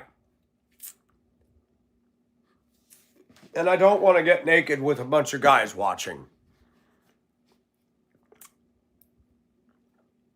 There was a woman in transportation.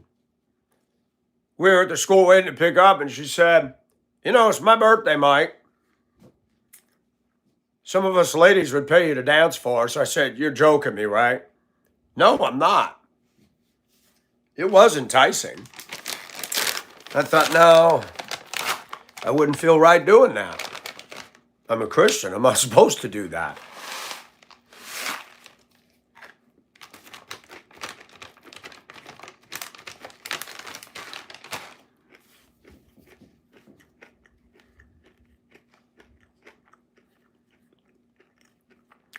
Jamie, you're a mess.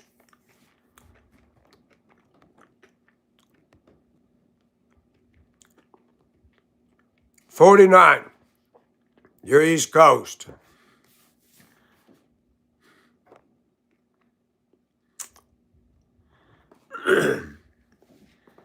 Andrew was in here this morning calling me a wussy. Pansy, excuse me. Coming from a foreskin that lives at home and doesn't do anything intelligent but troll me for 11 years. Now that's stupid. There's people I don't like, but I don't troll them in 11 years. If I'm all these things, why are you still here? He's like a bug running loose. You just want to squash it. Clown. Yes, Cruella.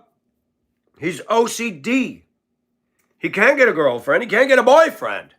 Now that's sad. If I wanted to be gross, I could get a boyfriend here, but I could get a girlfriend in Augusta if I want to be gross. There's some big honey dolls out here, honey pots that would date me at 350 pounds. And an armpit that big around with hair and white chunks of deodorant balled up in it. Ugh. No thanks. And I had a woman in transportation who was quite large. Mike, if you change your clothes, change your hair, you could probably get a date. I know I have the Holy Spirit. I know you're a married woman, but you're not exactly a calendar edition girl that I would chase. And you're judging me? I've dated pretty women, just as I am. Yeah, puppet accounts. I snorted laughing and woke your husband up. That's funny. Andrew is legion. We are many.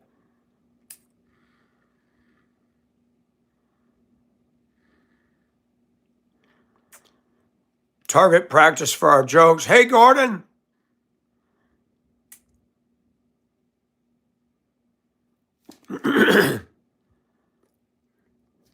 What do you mean by that, Gordon?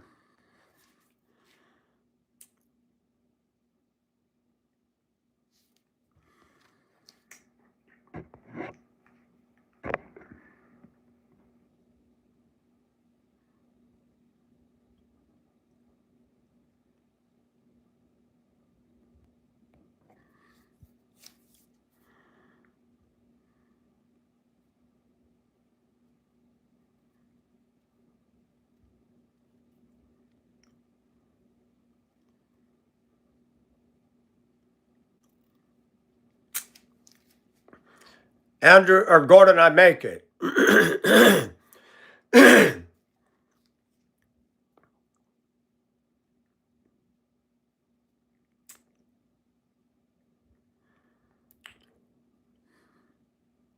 Gordon, where do you live? How old are you? I mean, what state? I don't expect people to get too personal, but we kind of like to know where everybody's from.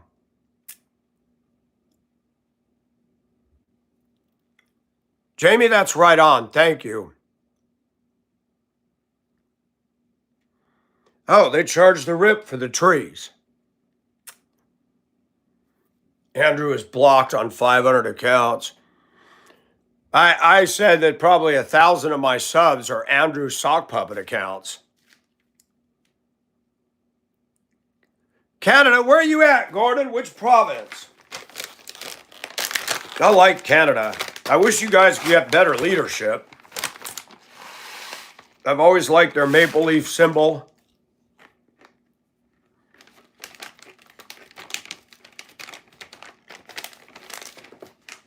Who would chuck you out on your butt, Colette?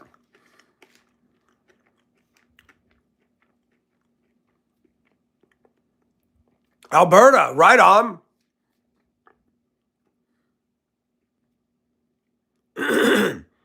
Andrew needs a can of whoop ass is what he needs because he's made threats. He thinks he's a tough guy. I don't think I'm tough. I don't threaten people. I don't fight. That is not who I am. I don't get revenge. Though at work, I did tell a coworker, we got a guy that comes in, slug, and he's sitting in a chair and then talking. I said, I want to take that chair and get the forklift and put it on the top of the ProMate and leave it there. Now stand up and do your job. You don't need to be sitting down in an executive chair. And no, he's not one of managers.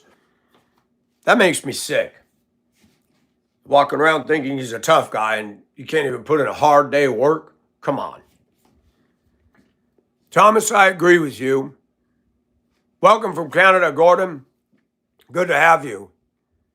Our friendly neighbor to the north. I have a temper. I get mad at things, but I don't threaten or intimidate people. That's not who I am. Why do we call this generation woke? That's a wrong term. We're awake. They are not. We're woke. They're not. They're asleep in a lie.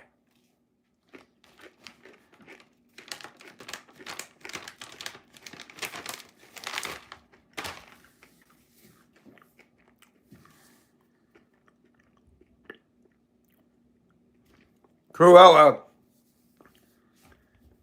this guy that threatens me, the women could take him. He's soft. He's got a Pillsbury Dough face. I've never seen such OCD.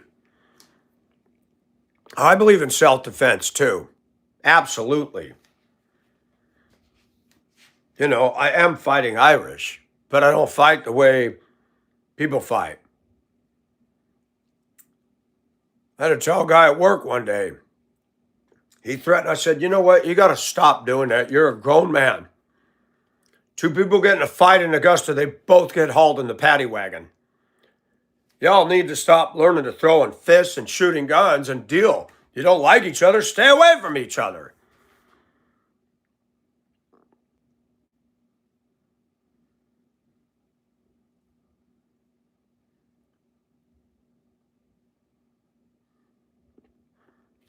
Kelly, did you leave us? And look at Colette with her eyeballs. Do I need to bring a man in the room? He'll solve the problem. Got any questions? Look at that. Face set like stone. That steel strut and jaw. Those cheekbones so high. That's a man.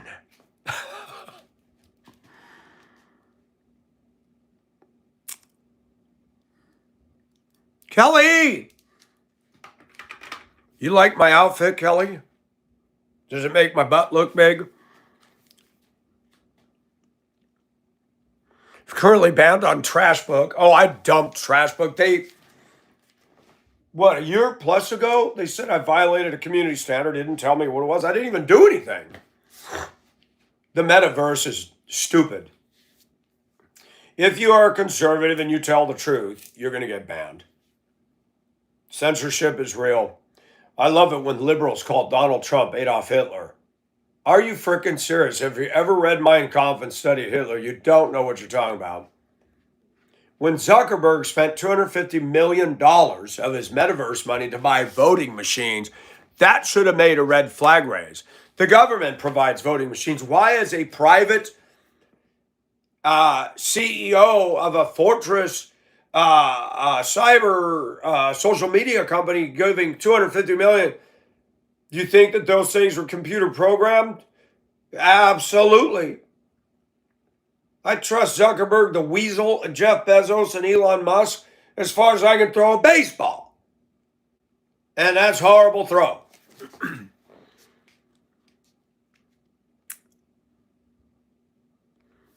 Oh, Cruella, let's go.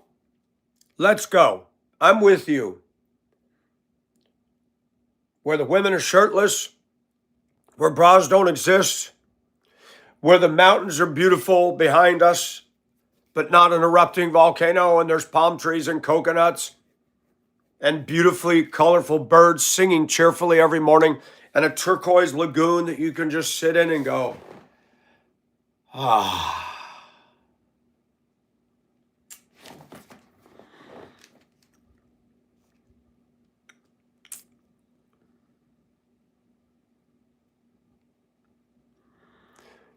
Take me down to Paradise City where the grass is green and the girls are pretty. Ooh, dream on.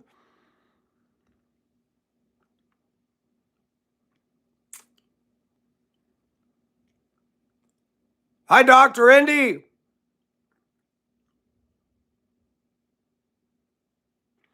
How is Kiara? Kelly? You guys need to come back in the evening for the ongoing saga of Kelly and Kiara's excellent adventure in Darwin, Australia. Kiara got nipped by a snake. Kelly embraced a python. They saw crocodiles. They walked where we can only dream to tread. Hood morning, that's so funny. That must be a typo.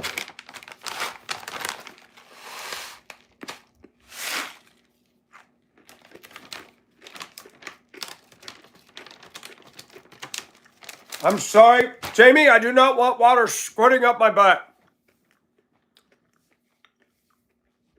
I had a bidet in my hotel room in Narita, Japan in 2018. The toilet had a dang controller. I sat down, I'm like, where is the flush? All these different commands and controls. I wiped, I turned around, I'm like, oh, it actually has a chrome handle. I did not use the bidet. I love my hotel room in Japan. It was awesome. It was much nicer than Marriott, Best Western, and Motel 6, and yeah, way better.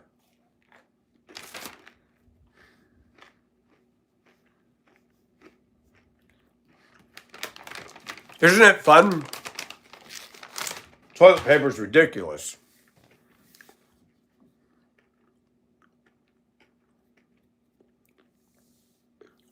Summer, this is morning. My comments are on at night and they're off in the early morning. Oh, I turned on the chat this morning just to do something different.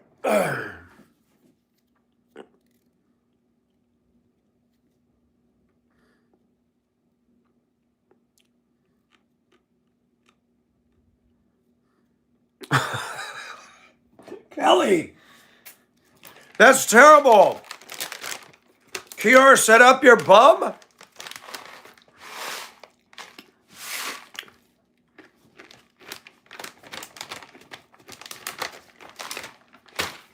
Do I need to come down there and give Kiara a massage so she'll relax?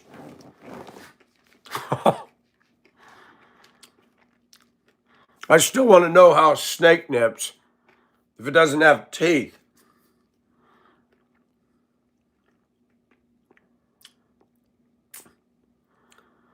Yeah, I just don't like the idea of something squirting me down there. It's the same concept as having a driver airbag. I just don't like the idea of something, a pillow exploding in my face.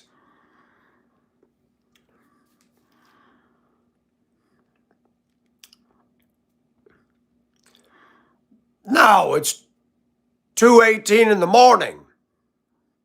It's not night, Summer. It's 2:18 in the morning. Welcome to Tuesday, honey bunch.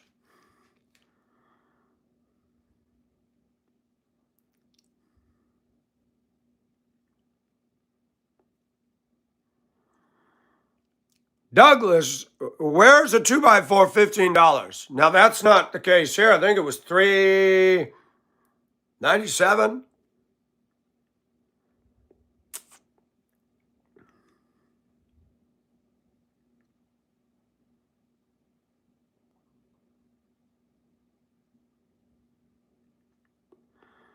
Yes, Jamie.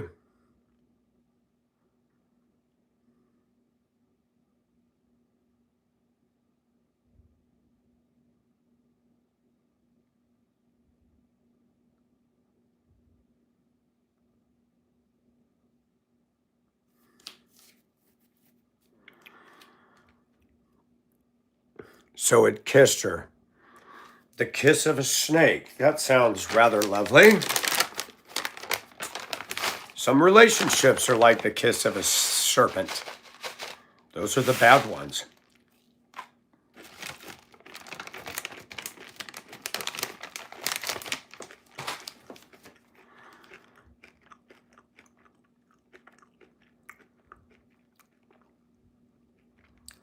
You don't get Boise Cascade lumber, Douglas? Boise Cascade's big in the Northwest, U.S. I lived in northeastern Washington for 5 months, and Boise Cascade's got mills all over the woods up there.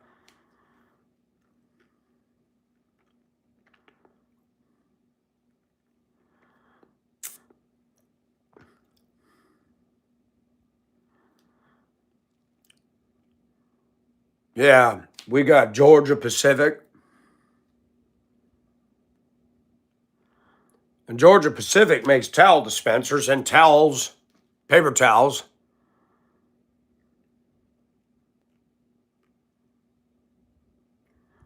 That sucks, Phantom. Powdered white face. Yeah, we're making crepes in the car today. Would you like a strawberry? Shut up.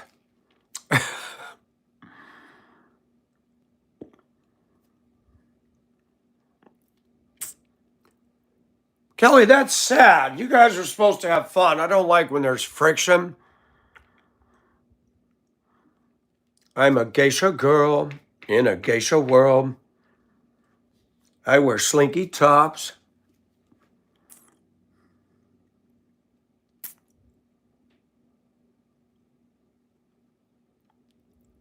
Instant rice?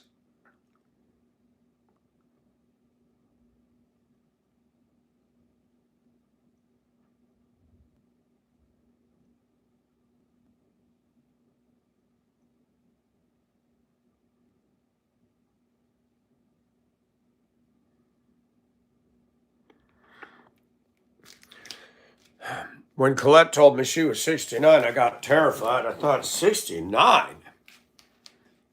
Did not know she was a lot older than me. So she's 57. A young 57.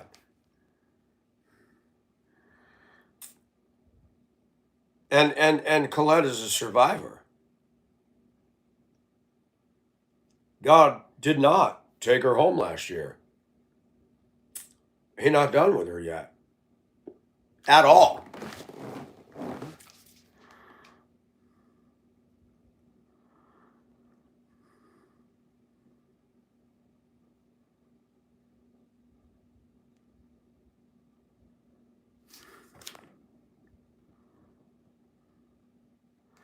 A snake with suction.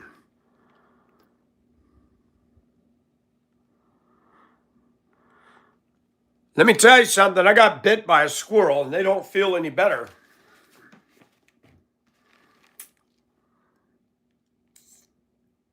And the Lord spake unto Jamie, saying, stop telling stupid jokes in the chat. Hi, Jamie. You had a pet possum. No, I would never have a pet possum. They're cute, but they're ugly. The older I get, the less I want animals up close and personal.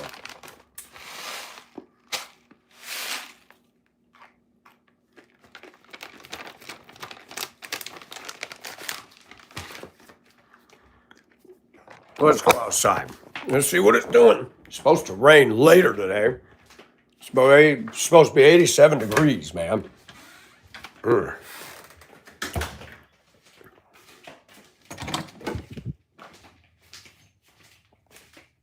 Watch out for flying moose. Oh, it's cooler out here. I always want to walk out here naked, but I'm always afraid of being seen.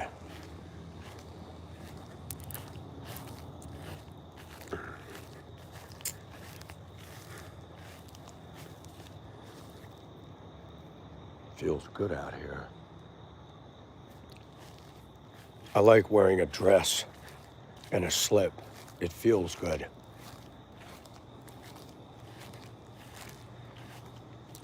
People will say I'm not a man because I do this. I'm a man because I speak the truth, which is more than most people do in our society today. I don't want to get eaten by mosquitoes, so I jetted back in.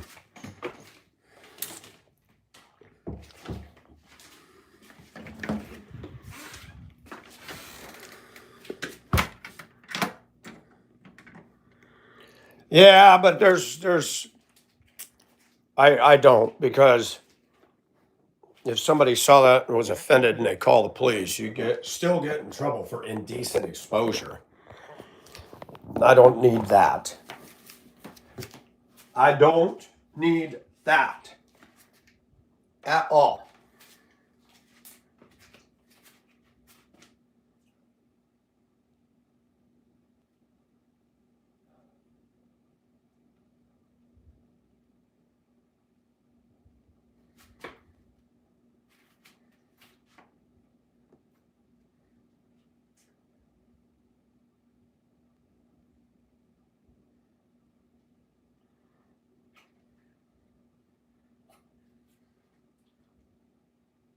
But yeah, nudity is good.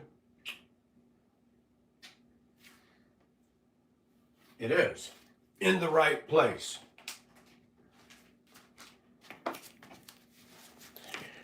Oh my gosh, I got mauled by a woman. Look at that.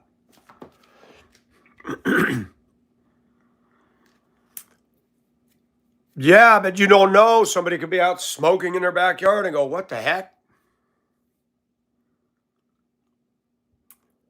I agree, Thomas. People are really caught up in suits and ties, and I think that that's just an elitist way of discriminating against others. Most guys wearing suits and ties have more insecurity than I do. I've watched it. It's masking. That's all it is. I have never met well-adjusted corporate people. They're as heartless as they come. People playing the dress for success game are usually arrogant, look down their nose, and they hide behind clothing and a degree. That's right, Paula, and they'll eat it all down here. Summer, what's the advice you need? Indiana fever? Jamie, I don't know. It depends on what the shirt looks like.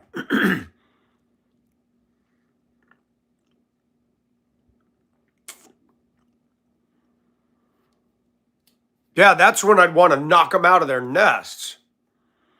I come out every day to go to work and that damn squirrel runs on that fence and I run up there and chase it and he almost falls off. I'm like, I'm waiting for you to fall, squirrel.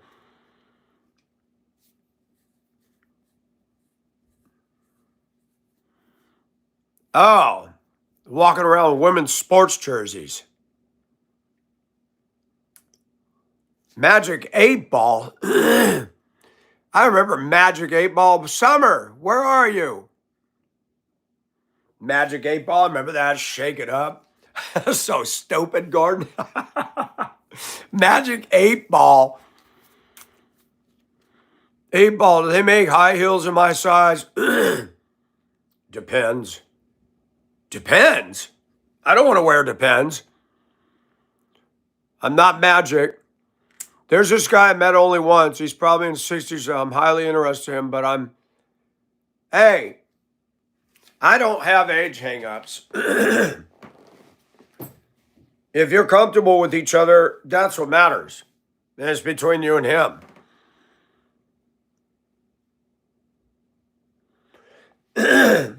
Colette, I can't go naked on here. They'd shut me down in 2 seconds.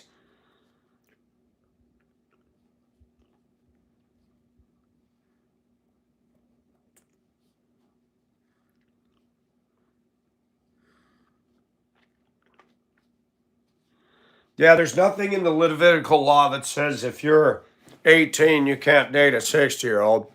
I know that shocks people. And there are people saying, oh my gosh, that's too ridiculous. That is between them. America has more of a hang up on that than other cultures.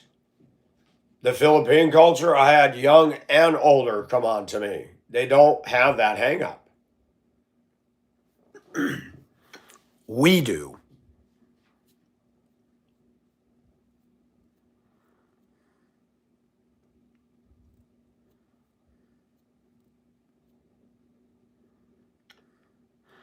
It's only a 13-year difference.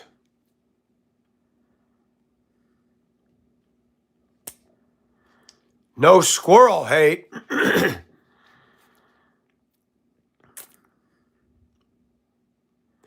Just be yourself and talk to them. Get to know each other. Summer. Don't give your body to them. Don't give in to that. Men learn very early in this country, if you can get the milk for free, why buy the cow? Get to know them.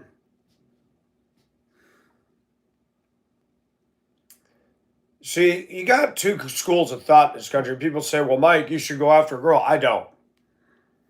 If a girl's interested in me, she's going to have to drop some loud hints. I'm not going to play that game. I don't aggressively pursue women because the minute you do and you think they were interested, and then they laugh and then they don't talk to you anymore. Figure somebody's interested in me enough, they're going to let me know. They're going to make it clear. People say, well, it's the man's job. It's not the man's job. My job is to go to my work, not play games with anybody. If you don't know at 47 what to say, throw in the towel. I agree, Colette. You got me beat, Jamie. I haven't dated in 8 years. I've done active dating with my hand. Gets old, but it works.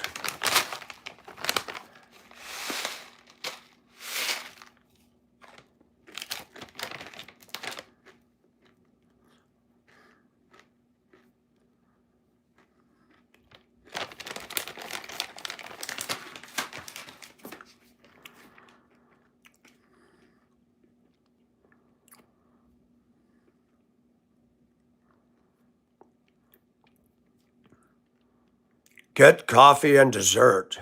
Chit chat. Get in the back seat of the car and let them experience your bra.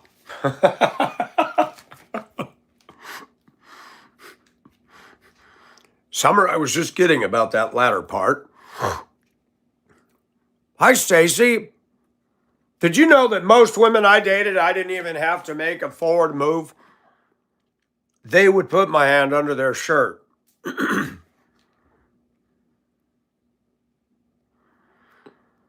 Yeah, Douglas, it definitely is. I mean, my hand isn't down there all the time. That would be weird.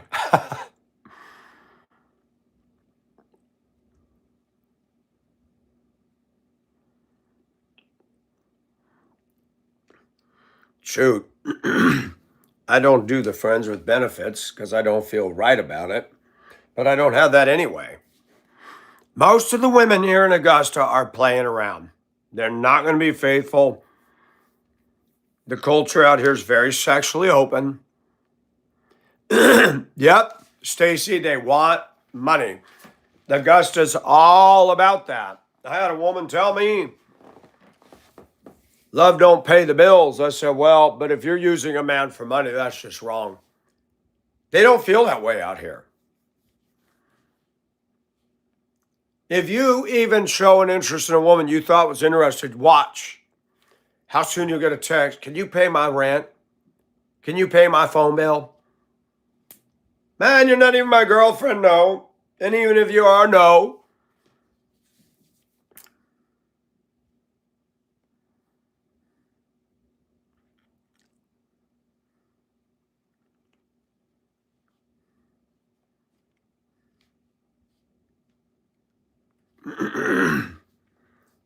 Amen, Colette.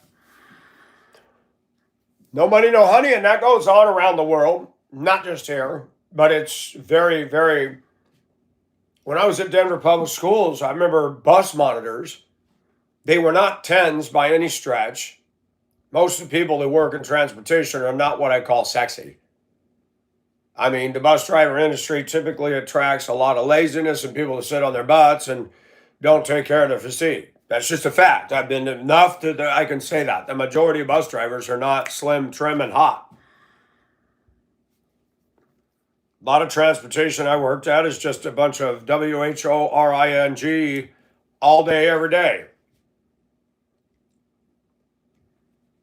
It's a soap opera. And we had women at Denver that said, I want a man with big money. And I talked to my male friends there. I said, these women think they're going to get some hunk of a guy with big money. And what they fail to realize, if a guy's going to buy a woman, he's not going to come down to Denver Public Schools transportation and select bus monitors. If you ever look at trophy wives, they're never pulled out of transportation or a warehouse or an office. They're your top grade beauties. And those top grade beauties are not moved by anything but dollars.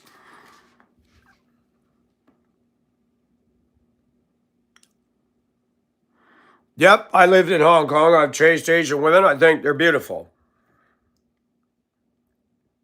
It is, let me figure this out, 18 years later, wow, almost 20 years, that I got sucked up into Asia, was obsessed with Asia. There's no Filipinas on my channel. There was one that came in there. Now she doesn't come. And I believe, and Filipinos are nice, don't get me wrong, but they are opportunists. And I'm man enough to admit, the women that dated me in Hong Kong, if they were here living in the US, they would not date me. They dated me because it's the law. There's a law that exists in any culture. When you are a man, I am slender, I don't drink, I don't stink. When I'm giving a woman attention in a culture that's not getting any, you're the hot ticket movie. The women liked me over there because they don't get to go like in the US. A girl can be asked out to go to the movies on a Friday night. They don't live in that culture over there. They work 6 days a week, sometimes 7, 15, 16, 17-hour days for $400 US a month as a domestic helper. Look it up. US dollar. If they can get lost with a man who's good looking and lose himself in that, they're going to. And I was surrounded by that. I couldn't handle it. I went hog wild. I'd never had that happen. And it led me to believe they wanted me. And they told me, I love you, I love you. Until I get to the US. Until one of them came to the US.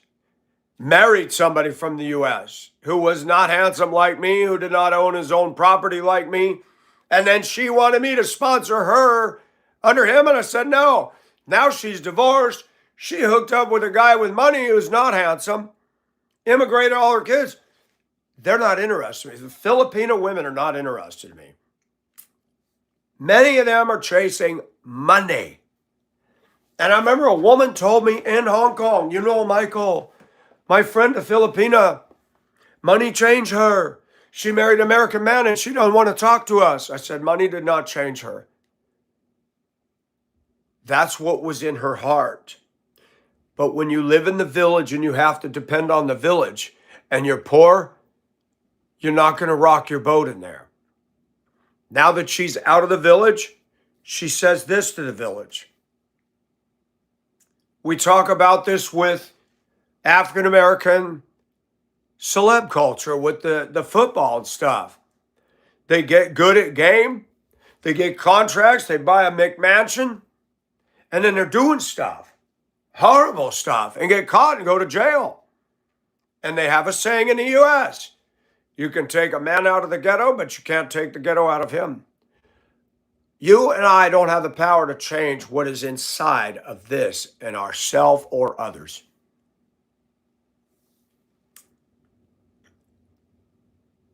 Fried the market. Absolutely. It is a shopping market on the internet. Women can sit there. There was a documentary on Fox News about dating sites. The owners of the dating site said women are getting on here and treating it like a grocery store. Nah, that's no good. Nah. Some women make fun of it. They get their lady. Look at these guys that are interested in me. Oh my gosh, he thinks he can get a date with me. We're talking about our culture. A lot of entitlement. A lot of women will analyze me and think, he thinks he can get a date with me.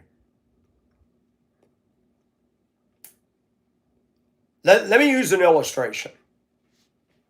There was a woman when I was in Duluth. Her name was Shar. She was good looking and she was playing around with the dispatcher. She worked for the school district. Then she worked for our bus company, I think briefly. No, she worked for the bus company and then she went to the school district. Shar never spoke to me. One night I was at Hermantown High School with the girls' basketball team. I saw a bus pulling behind me and I glanced in my mirror. It was dark and I'm like, oh, that's a district bus. Duluth ISD 709, that's Independent School District, they did not wave at us. They hated us. We were a scab company. We were a contract company.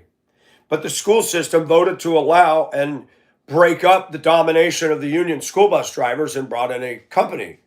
That's how I got into school bus driving. So they wouldn't wave. They were snobs. And I'm sitting in my bus and I see a lady standing, I open the door and it's Shar. Brunette, beautiful woman.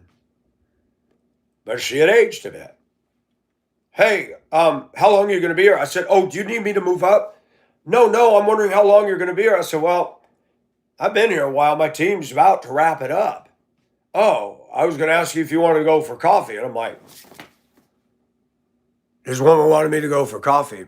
Every time I saw her in town, oh my gosh, Mike, how are you? Come talk to me. She was dating a guy that owned an auto electric. Somebody told me.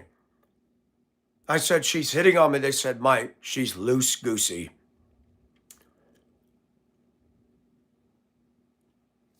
I'm going to be honest, ladies. She wasn't what I saw when I first started there. Age had set in. I said, it's funny, now she's looking at me when she wouldn't give me the time of day a few years ago. And that's what happens. When the women are pretty and cute and carefree, I'm not good enough.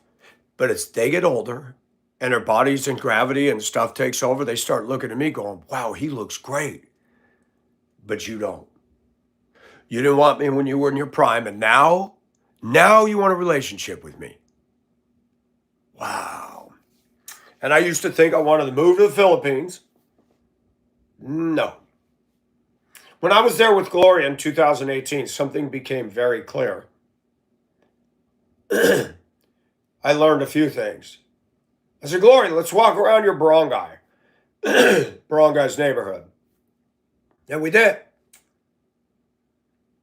She said, I'm uncomfortable. I said, for what? Mike, I never walk in my neighborhood and now I've got you and I don't want them to think I'm showing off. I said, if they ask, just say I wanted to see the neighborhood. Put it all on me.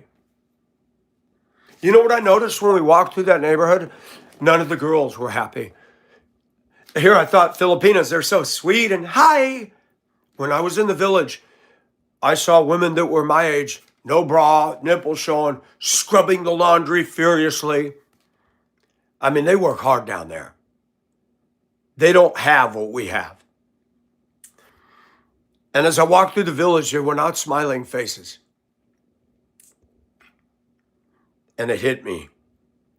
There is no Pitcairn Island where the ladies come out. Hi, we're glad you're here.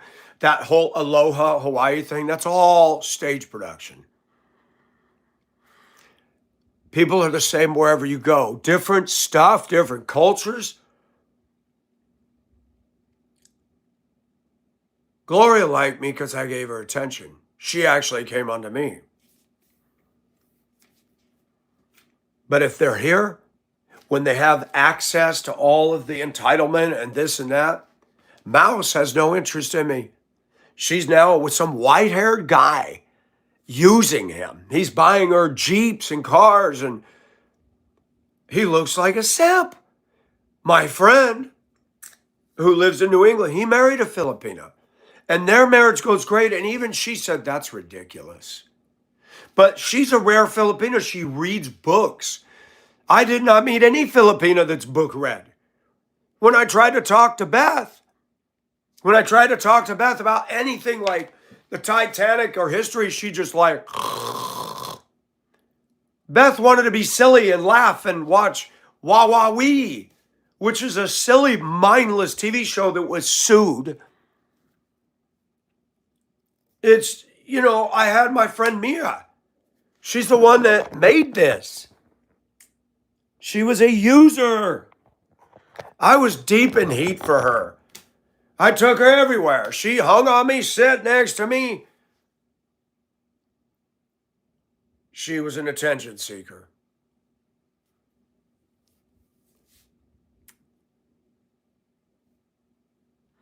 Oh my gosh, if you get an AI wife that talks like Zuckerberg, boy, we need to come down and perform an exorcism on you. I'm going to pull the foghorn leghorn, Jamie. Now, boy, what's the matter with you, boy? You don't date AI, boy, and don't date nobody who sound like Mark Zuckerberg. Now, boy, that boy about as sharp as a bowling ball. Sucker turd isn't human. I have been around the block, Stacy. I'm guilty as charged. And I caught yellow fever, and somebody said I was using a racial insult. No, I dated a Korean girl in Denver, and she said I have yellow fever. I said, what is that? She goes, you're obsessed with Asians, and she giggled. I did.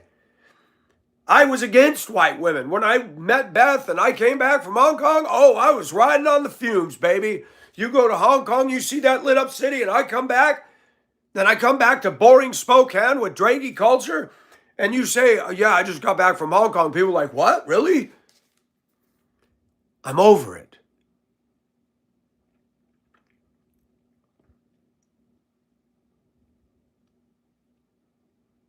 You want to see a Maori greeting, you won't get off the plane. Are you serious, Colette?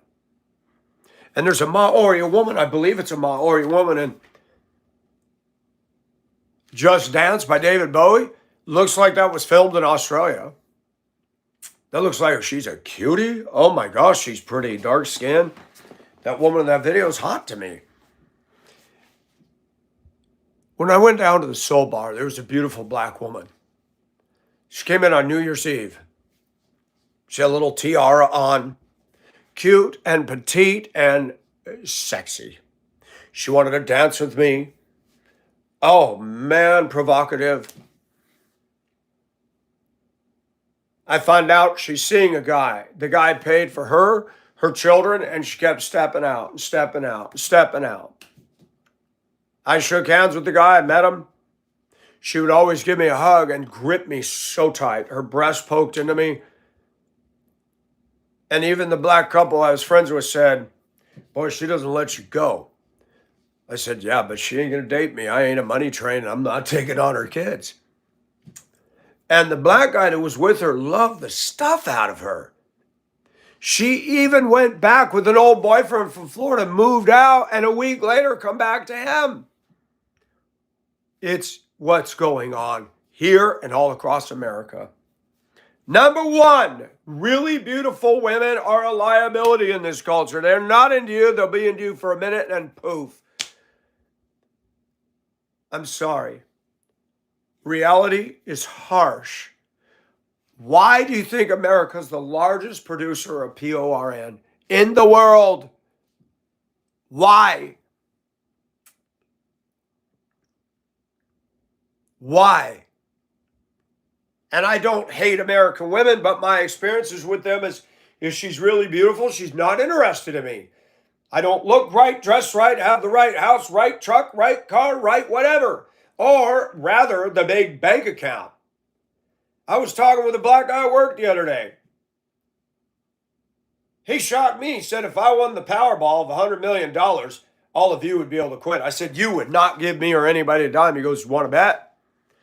He said, I'd make everybody in this place unemployed and then the company would have to pay people better. I said, oh, you'd get revenge. I said, well, if you're going to make me rich, right on. We joked about it. I said, I confess I wouldn't do that. I don't play the Powerball, but say I got $100 million. And after taxes, I had $50 million. Number one, I got to shut my mouth. I'm not getting on here and saying a word. I'd be scared to death. I'd quit my job, I'd hole up in my house, and I'd make a plan. I'd go buy me a truck, and I'd probably call my realtor and have a little discussion, and I would be gone. I'd go see my uncle, my cousin, up in Washington. The first thing I'd do is go be around the only family I give a shit about. And I'd make a plan from there. But the guy and I were talking yesterday. I said, nobody's running to date me in Augusta. I said, can you imagine if I won a payout and everybody in Augusta knew that a local guy with my face, can you imagine me walking through the flea market or anywhere? Do you think I'd be safe here? That guy won $100 million. Women would be coming out of the woodwork. Mike, you look good. Liar, liar, liar, panties on fire. Let me snap that bra strap and snap some reality. You not interested in me. Men are suckers for looks. Women are after cash. Cash is the universal love language with the women here. Not all women are like this. And Stacy, I'm 60. I can't date young. And I'm not going to date most of the women my age. I'm going to say something bold. I'm going to get in trouble. Some black and Asian women age better than a lot of white women, the ones that are pretty. A lot of white women that, look like Daisy Duke back in the day, look like Golden Girls now. And all of this is held up by this. You take it off, not attracted, and people get mad at me for saying that. Oh my gosh, Colette's taller than me. That'd make me very insecure. She's an inch taller than me, and I'd have to wear high heels just to compete.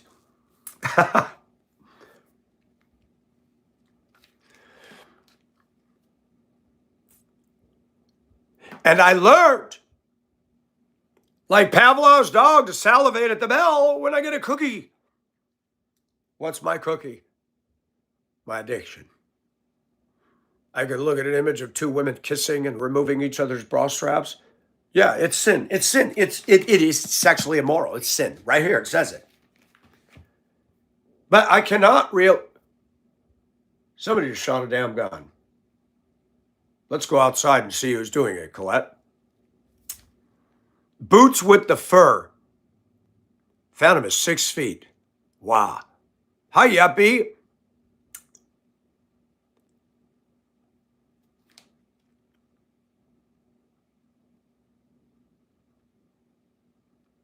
See, Carol, but you're rare. But it sounds like you got a good husband. Let's talk about Lady Diana. She was pretty. Camilla was not.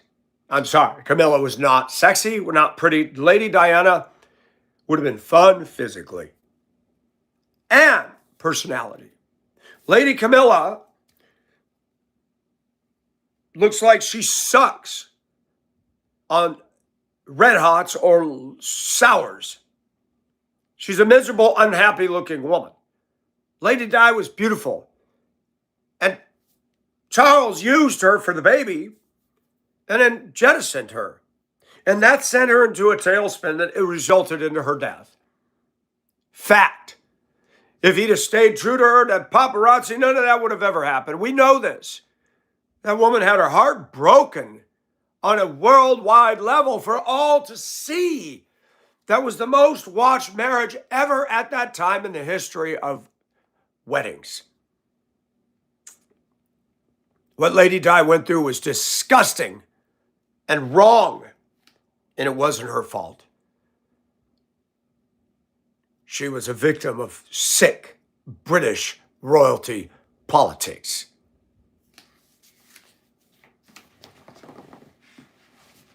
And that man could go on.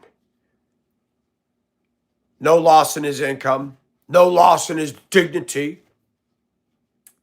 It's disgusting. And even I know men will call women H-O-R-E-S, check spelling, but they'll never say that about a man who's fooking around. Why is it a woman is a skank, but a man can just jump from bed to bed to bed? And this is Augusta. This is very sexually rampant culture. I work with men that got a different girlfriend every other day, every other week, and they telling me about it. I do not go up and say, oh man, I had a great weekend. I just boned her. Number one, I feel guilt if I have sex because God tells me you're not supposed to do that before marriage. I'm not going to go around work saying, oh, I got some boys. Let me show you her picture. I did not do that. I agree, greatest. He's a clown. Lady Di did not deserve that. See, people don't think that I, as a man, see things.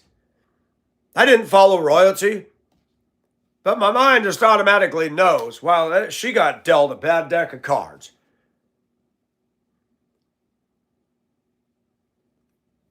I really could care less about Brad Pitt, Angelina Jolie, and who's married to who, and what is Cher or Liz Taylor, who had 9 husbands. How many dumb fool men does it take to realize that woman is a waste of your time? Lady Di was classy and yet the people's princess. Everybody loved her. Everybody. I could care less about Fergie and all this other junk going on today. Care less.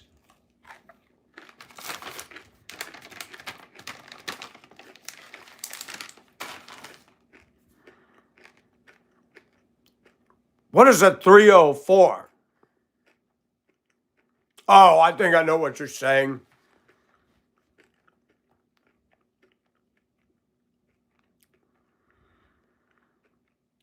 Amen, Phantom. Twice married to Burton, really greatest. Oops, Paula. Can I be honest, men and ladies? There are days I wake up and I want to be a male SLUT. No, not out there and have sex, but I want to dress sensually, I want to be admired, and I want to be noticed. And feel some skin.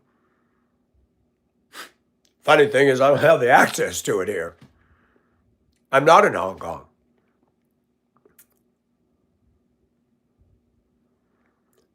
They think what's too old-fashioned, Carol?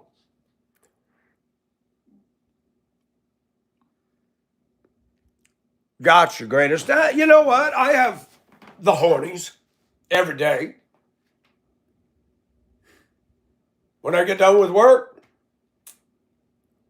done with chat, before I leave, I will stimulate myself because it's all I can do to enjoy life. That's terrible. That's terrible for me as a Christian to say that. I like a good orgasm. I like it when it tingles all the way down to the soles of my feet. Fantasy is better than reality. No funky smells. No bonding. The next day she's going to be mad at me and moody. What did I do? Nothing. Nothing. Yesterday we made love and today you're mad at me. What happened? It makes sense to rub one out. And then the church has condemned lust and masturbation. I'm like, man, leave it alone. At least I'm not out there Humpty Dumpty going on one wall and another. It's hard. I cannot live the Christian life as it's written in the New Testament. I cannot do it. Does that mean I'm not a Christian? Does that mean I'm not human? No, it doesn't.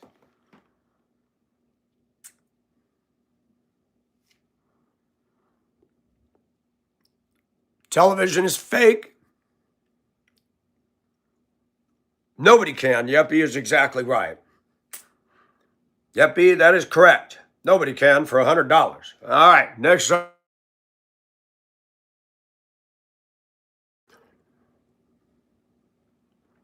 Perfectly normal behavior. But let's talk about that. They think they're professional. Charles and I was professional dressed. That is why I talk about suit and tie as a mask for egos and insecurity and control freaks. I don't like corporate America. Now, that guy that shot that United CEO guy was wrong. But do you know why he did it? Do you know Americans are frustrated? Corporate America's put a stranglehold on all of us. And people like that fail to realize you keep treating people wrong, you're not safe.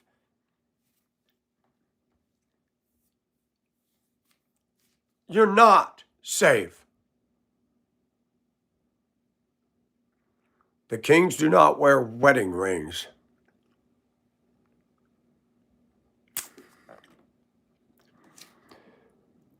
My ex-husband is always unhappy about something in G. What is G? So grateful that's not my life anymore. Life is too short to be so unhappy. They wear pinky signet rings. Plastic ones. Pinky swear. Yeah, we know those can be broken. Hello, Dells. How are you? British royalty, political love. Look at Hillary and Bill. There's a real love-based marriage, right? They can't stand each other. Bill Clinton was fooling around in front of her face. In the Oval Office, got a young intern down on her knees under the table going, "Give me your popsicle, Bill." Can you believe that? Kelly, did you fall asleep listening to me? Good. We know what makes Kelly go to sleep. That's cute.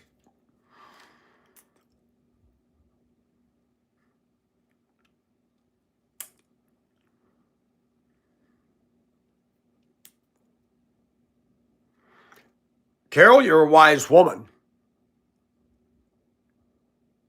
You are doing what you're supposed to do as a Christian. I'm man enough to admit I've been through some damage. I'm like an ocean liner. I'm beautiful out there on the high seas. But every so often a propeller goes, vibrates the whole ship. What was that? Something broken down in the engine room. We all sail our ship. I'm manning pumps on mine. Water still gets in and we got the pumps squirting it out. We all live our life that way. Sometimes the steam pipe goes, oh crap, what was that? A line just busted. I'm good.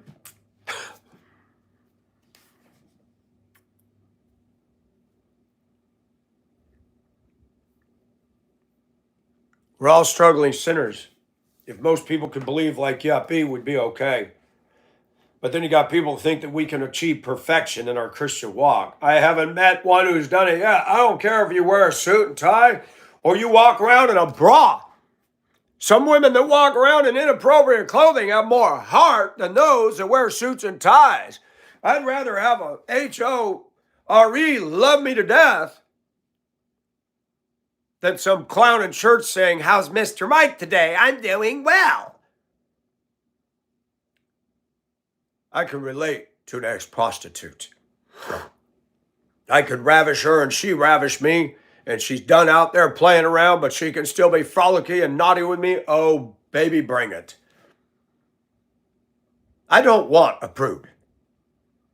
I want a woman who's downright naughty with me, not gross.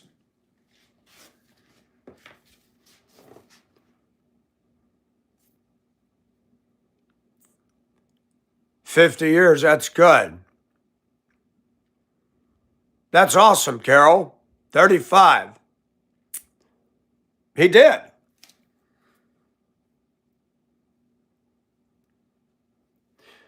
I don't have a problem with a woman being provocative with me to lead me to get me to notice her, but don't play me and tease me. Be provocative if you want me. That's the front door concession prize. Then have the other things that make me want you as the full deal. I'm not going to be attracted to a woman, being honest, just because we connect on a biblical level. She can know scripture inside out, upside down, and backwards. But if I'm not attracted to her, she's too uptight, that's going to affect my sexual relationship with her. There are women that do not desire sex. My banker, when I go to my banker, she's a black woman, and she was in a relationship with a man that sucked, and she tried dating another woman. That didn't go well. And then she was very honest with me. She said, "I don't like my breast touch." I said, "What?" She goes, "I don't like it." I said, "Well, honey, I wouldn't date you." "Really?" I said, "Because I'm all about these. I like coconuts, and I cannot lie. And I like kiwis too. And the problem is, if you don't want to be touched, that ain't gonna work. You have to be compatible. That's too much. The devil's after your relationship no matter what. But if you got all these other big things in the way, do not pass go.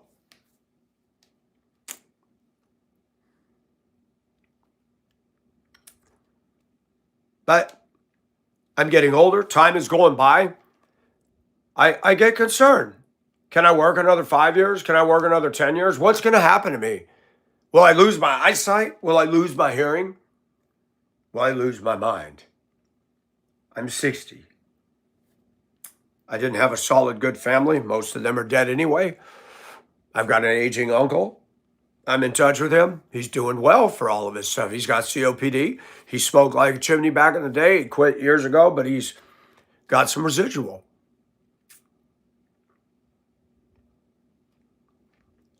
And the Bible says, be anxious for nothing. Be anxious for nothing.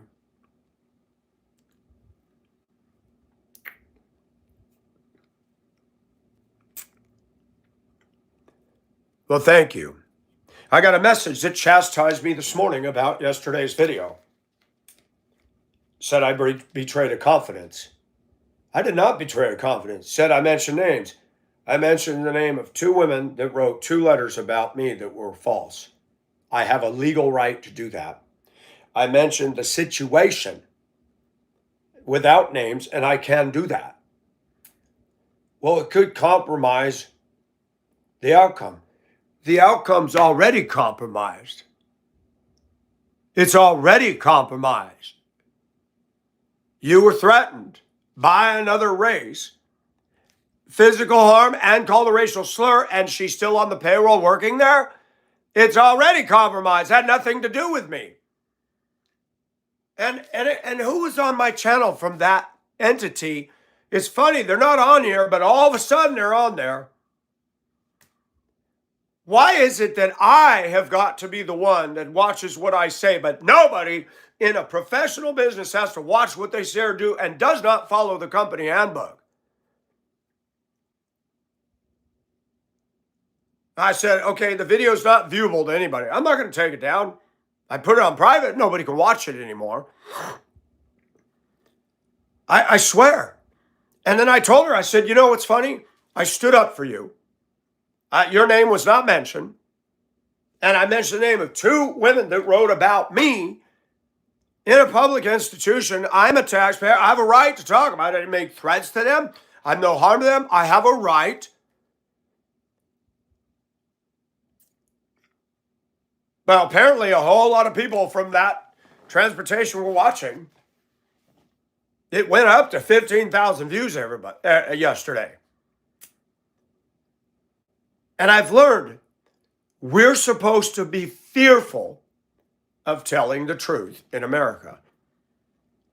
The bad guys that do bad things, they're not afraid. And I wrote her this morning, I said, I'm sorry, I was mad at what happened to you. I was mad at what happened to me. I mentioned 2 names of 2 letters about me, but I did not mention your name or the other person involved's name. I can talk about this, and that does not compromise an investigation. It's already compromised, and that she was not put on administrative leave without pay.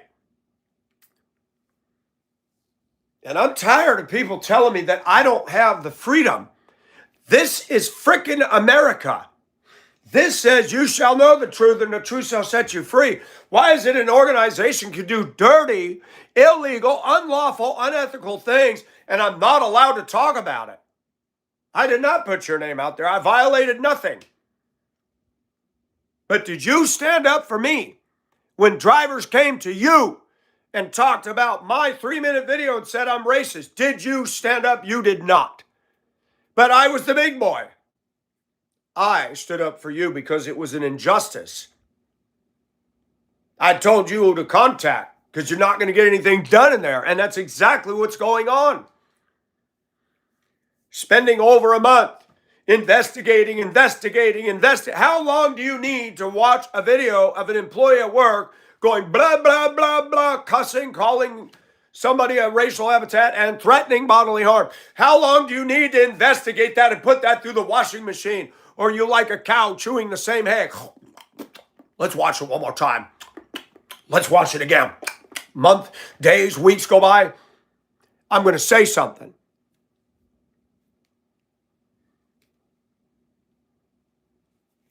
I am tired of living in a country that wants to censor me.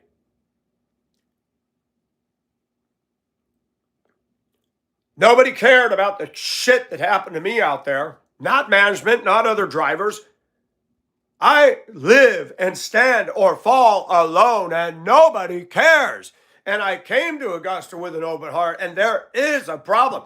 And whites are scared to talk about it because of the very thing that happened to me. Lose your job. I went in the bathroom, do my devotion. I said, God, please put your hedge of protection around me. This is evil darkness.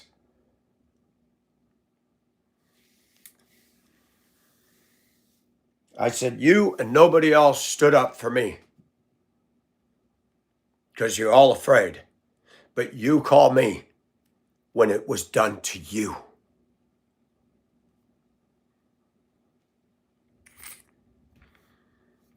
Every action has a reaction, but it's amazing. I'm not part of any investigation. I don't work there. I have free speech and I'm not a danger. I have a right to talk about, as a homeowner paying taxes to this district, say, hey, what's going on down here at transportation? Why are they handling this very different than they handled me? I have a right. Well, Colette, I don't want to be homeless either.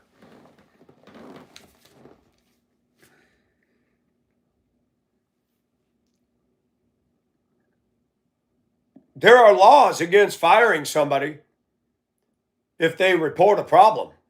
You can't do that. And is this compromised? How is it compromised? I don't work there. I'm talking about something that's going on. We live in a stupid world.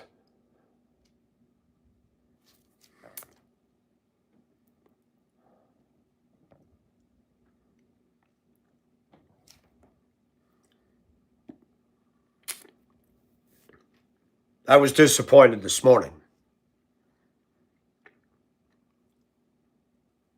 I didn't say anything that was untrue or wrong in the video, but I locked it. Put it under private. Only I can watch it.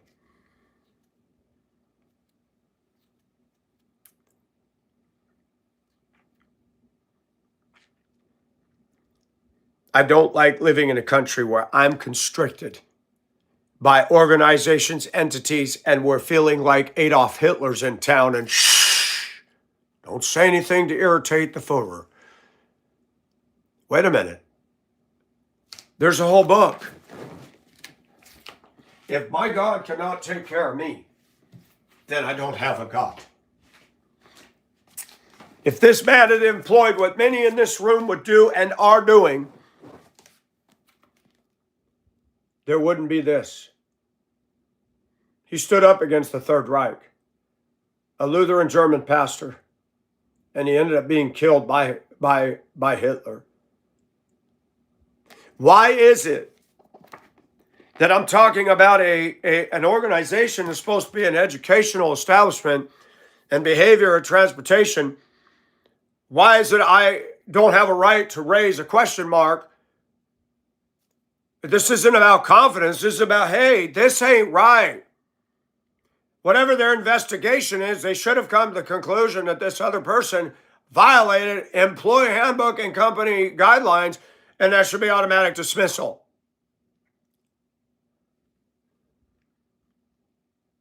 That's right, greatest. And that's why I wish my channel would take off.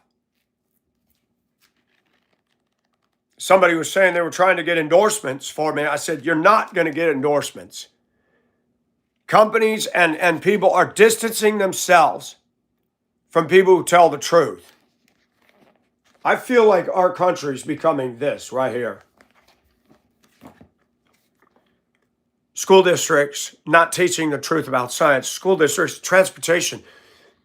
Why is it an ethnicity can come against another ethnicity, use a racial slur, and threaten physical violence in front of management on one occasion, in front of other employees on another, and recorded by several employees and coworkers? How long does that need to be investigated? It's way over the 20 days they investigated my video. And then they looked for other videos to make a case that I was a danger to people. I never threatened anybody, on or off or in my heart. The school system is an expensive taxpayer-based system that needs to be overhauled, and that's not going to happen. Transportation is extremely expensive. Drivers have been told not to idle. They idle.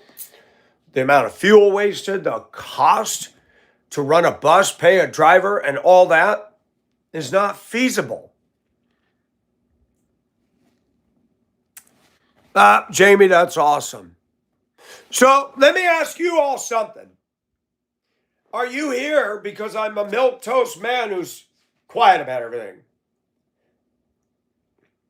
I don't believe I did wrong in exposing yesterday what is going on down there. Let's take a view in the room. Let me put myself on the danger line.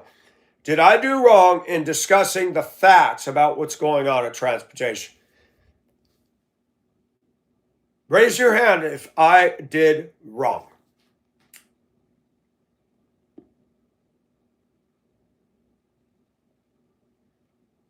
If you agree with me, put I agree.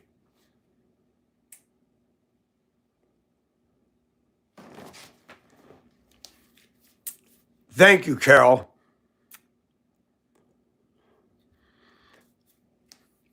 The bully's going to do what the bully does. And she has legal grounds against that as well.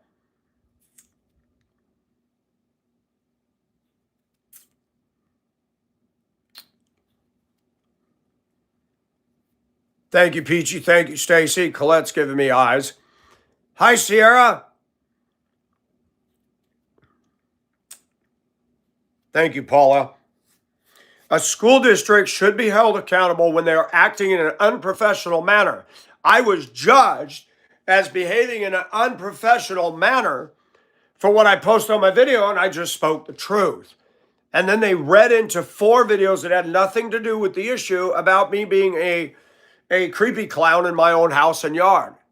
And even admitted in the letter of termination that though he did not reference transportation, then what does this have to do with this? Kids got violent video games on their Facebook.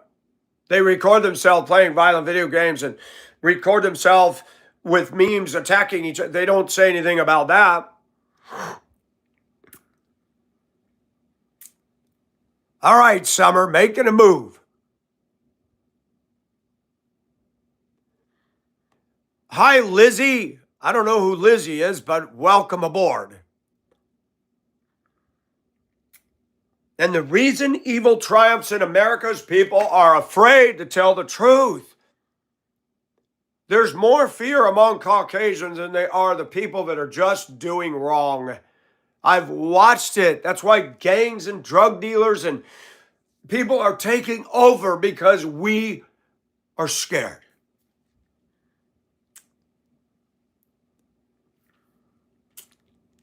Ah, Jamie, you're funny.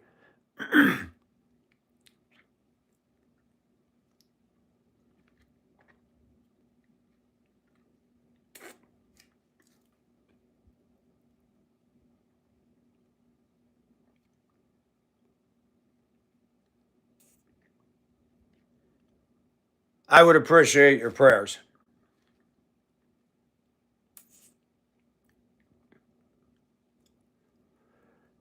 Why are you scared, greatest? Why are we afraid? The Bible says, fear not. I'm not being obnoxious. I'm no danger. I, as a citizen, as a county resident, as a taxpayer, have a right to say, what's going on down there? What did I say on my video? The board needs to be made aware of what's going on. What's wrong with me saying the board needs to look at this and say, why did you handle Mr. Nelson different than this situation? I have a right to speak. And if a friend of mine is going to turn tail on me because I said what I said, did not mention her or the other person's name, okay, that's the risk you take. But I didn't sin. I didn't do anything. I did not compromise any investigation. The investigation's supposedly over. Why does it take so long for them to render a decision? Why did it take 20 days for me to wait for a racial accusation letter and on and on and on? Thank you, Sarah. They discriminated against me. They're showing preference to an African-American woman currently who made a threat to another ethnicity, female, and is still employed. Why? That's against their company handbook. If they want to talk about going by the employee handbook, they are ignoring it. That should have been an automatic admin leave because of a threat alone, as well as a racial slur. The 4 videos that I did of creepy doll music weren't even in play when I got the first meeting with the HR lady. It was the video where I was talking about the African-American community and what they did in Cincinnati. No threats made by me to anybody ever. And I was put on admin leave with no pay. Why does she have a job when she is a physical, present threat to another employee? And there's record and witnesses of it, both in the offices and in the terminal. That's my point. And I talked about it because I'm like Jeremiah. I cannot keep silent anymore. It's not right. Because they are bootlickers. But why are you licking boots to protect an employee who shouldn't be protected?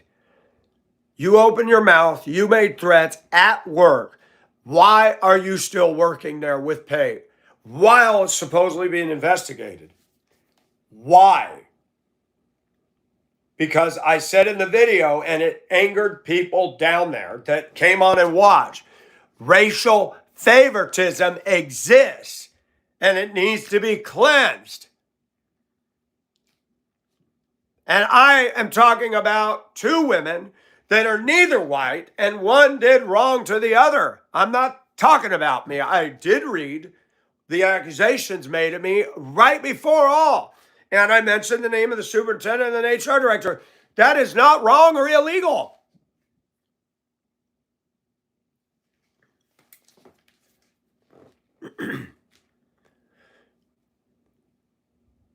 I'm tired of this. I'm tired of this whole country being chicken and scared.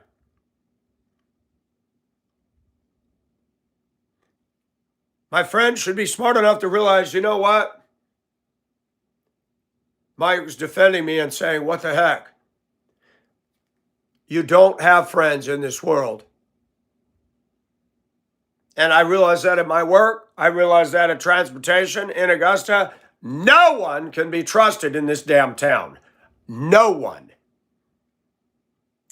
No one. This is the worst place I have lived. No one is your friend here.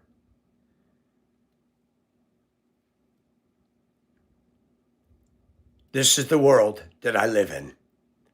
Somebody said, Mike, why are you sad?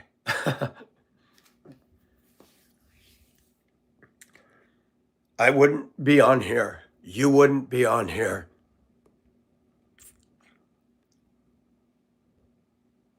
What is bilk some WTW? I want to ask everybody a question. You saw my channel. I want the truth. Why did you sub to my channel? I want your own answers. It's not because of my looks. It's not because I have charisma.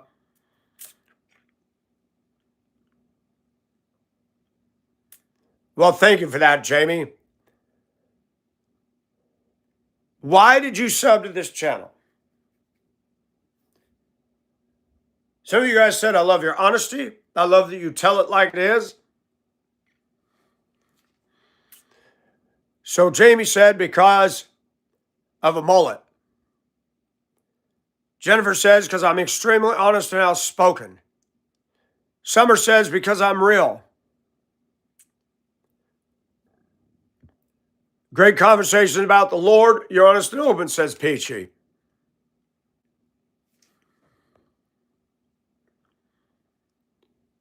Phantom saw me a while ago, realized I was legit.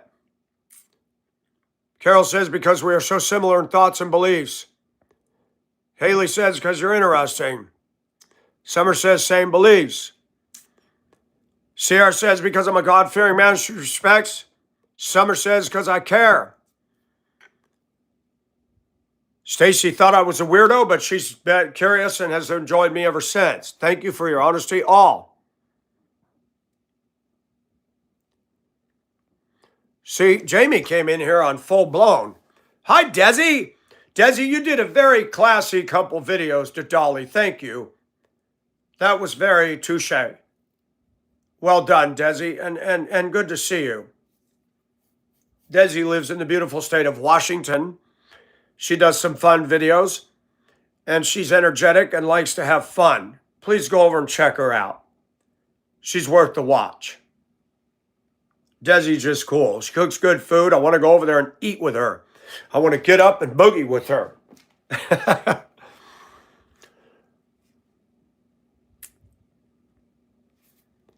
Hi, Dells. Yes, and Dells, that's it. Another Washingtonian. I live in fear because you're not allowed to say the truth. And when you expose corporate clowns in suits and ties for the fake, and they think that they're better than everybody, and you expose them, they hate your guts. I am not a danger to nobody. I would never take a man's life or go after people. I believe in self-defense. But I would never go and attack my coworkers or other people anywhere. I'm not violent. I don't watch violent movies. I don't support, man, I'm vocal about San Andreas car theft. I think it's a stupid game and kids shouldn't be allowed to play it. Our danger to them is we speak the truth. Because you know what? Cockroaches run when you turn on the light switch. People that love darkness, when you put on the light, they get mad at you. They want you to go away. They got their wish. They got rid of me. Now they're still mad at me. And now somebody you stand up for, I feel like is turning tail. That's okay. Live and learn. Live and learn. And I realized when I defended her, I thought, she never did defend you, Michael. She does not and will never have your back. You gave her more understanding and more compassion and gave her appropriate direction more than anybody else. You did the right thing. Stick with that, go with God, and move on.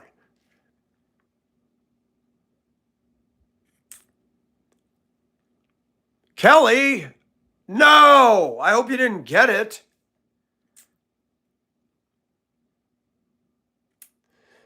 Phantom, and I need that.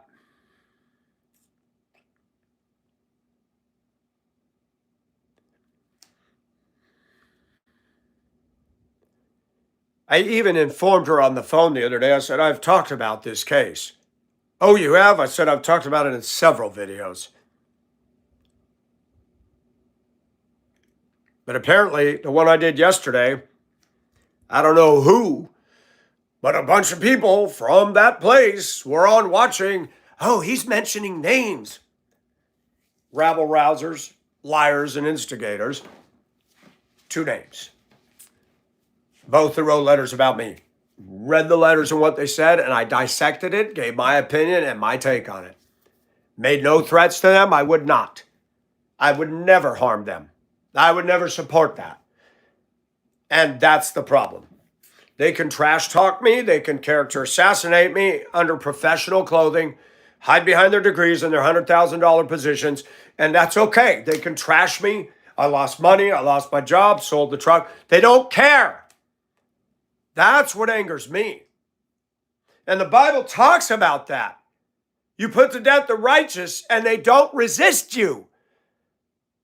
We are not the danger to society. God told Peter, put the sword away. Don't do that. When he was being arrested. We're not the danger to society. The truth is, when an organization's covering up crap, I have every right to talk about it. Whether there's an investigation or not, I don't work there. I'm not obligated. I did not mention the names of the 2 people involved.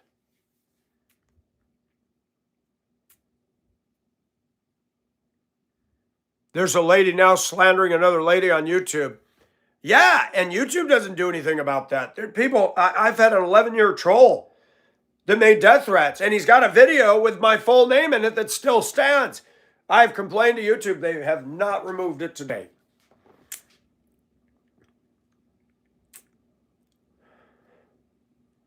I've had people at the flea market. I've seen you on YouTube, and I have to say my hat is off to you. It takes guts to say what you say, and I've listened. You're speaking truth. She said it's public videos. Yes, and guess what? I have an American right to criticize the way a department in a school district is handling something. Taxpayers that are being charged taxes, we have a voice. And when I know there's factual things going on that have a question mark, I said on my video, this isn't right. And instead of everybody in transportation getting all worried, fire the woman, do the right thing, and apologize and say, yeah, we should have put her on admin leave, and we didn't do that. That's what they should do, but they're not. Because in America, we know what's happening. A race is being favored while the rest of us are being trash talked. That is a fact, undeniable. The major media today is all spinning stuff. They're not standing up for the truth at all.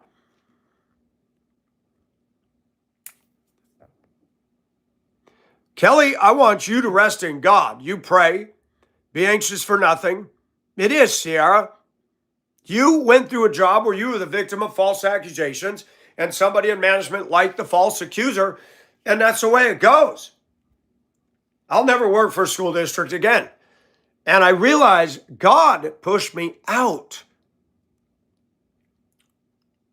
When I was working yesterday, I said, do you really think you should be getting paid for an entity that in the name of science denies God?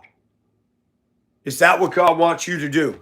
You are a loyal employee to your boss and to the people and to your cause. Should you as a Christian be supporting an entity that is anti-Christ, that's pushing woke politics, that's pushing anti-Caucasian teachings? No, I would have never left until I either found a better job or God drove me out. So I have to have the maturation say what they did was unjust, but God used it to say, Michael, I don't want you there no more.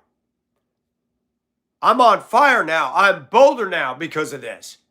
We, all of us, need to speak out against the one-sided, left-tilted education, media, Hollywood establishment that's ruining our country and our kids.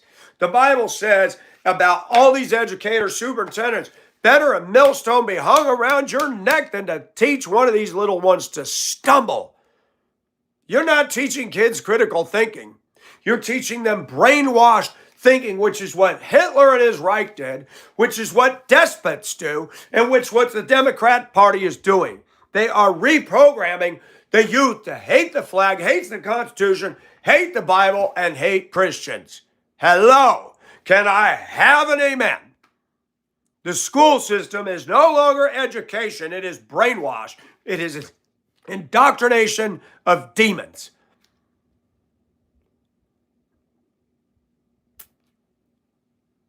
Tell me I'm wrong, people. Greatest, tell me I'm wrong.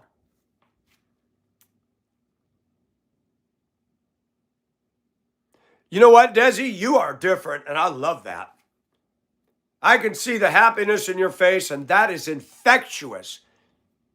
You're awesome. Thank you, Jennifer. And being called a racist? That's a lie. Desi's a Blackfoot Indian. I don't even know her, but I love her. I would, if I had the time and the money, I would visit her. I would eat in her home.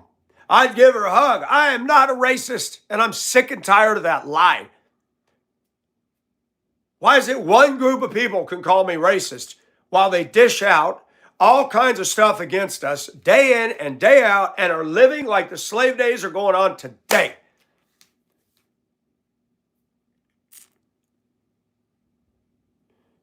Well, Margie, you're right, but the left is definitely nowhere near Christ.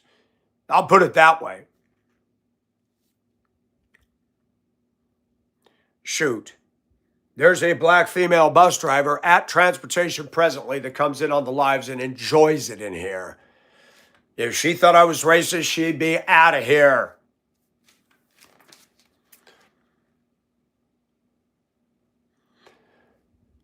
Kelly, Satan's trying to mess up your time.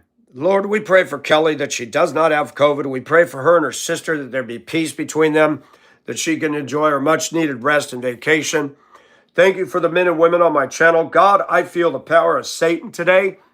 He is alive and well. I pray for this school district, God, that you would judge the people involved that are not acting right, that are not using integrity, that are not being ethical, not following company policy. We pray that the ones that are protecting a woman who made threats of physical harm and a racial epithet, that she's still getting a paycheck when I was denied mine. God, you know that that is unfair. I pray that you would deal with that.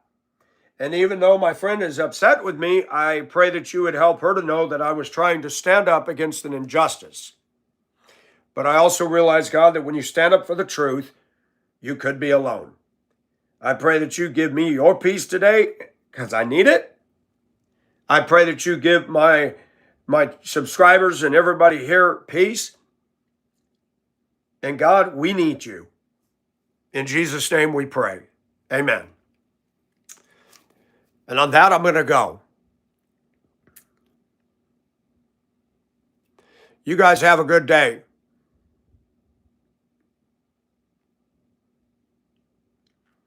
Jamie, I've heard that too. You are Aboriginal, really, Margie. Now that's awesome. I'd like to talk to you more about that sometime, so please come back.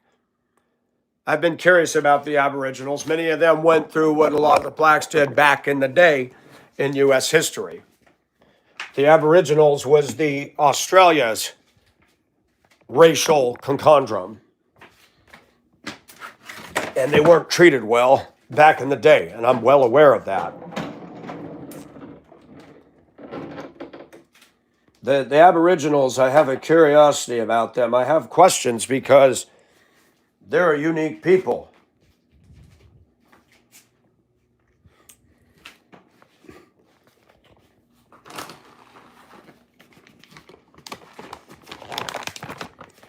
That's right, Jennifer. There's nobody racist in here.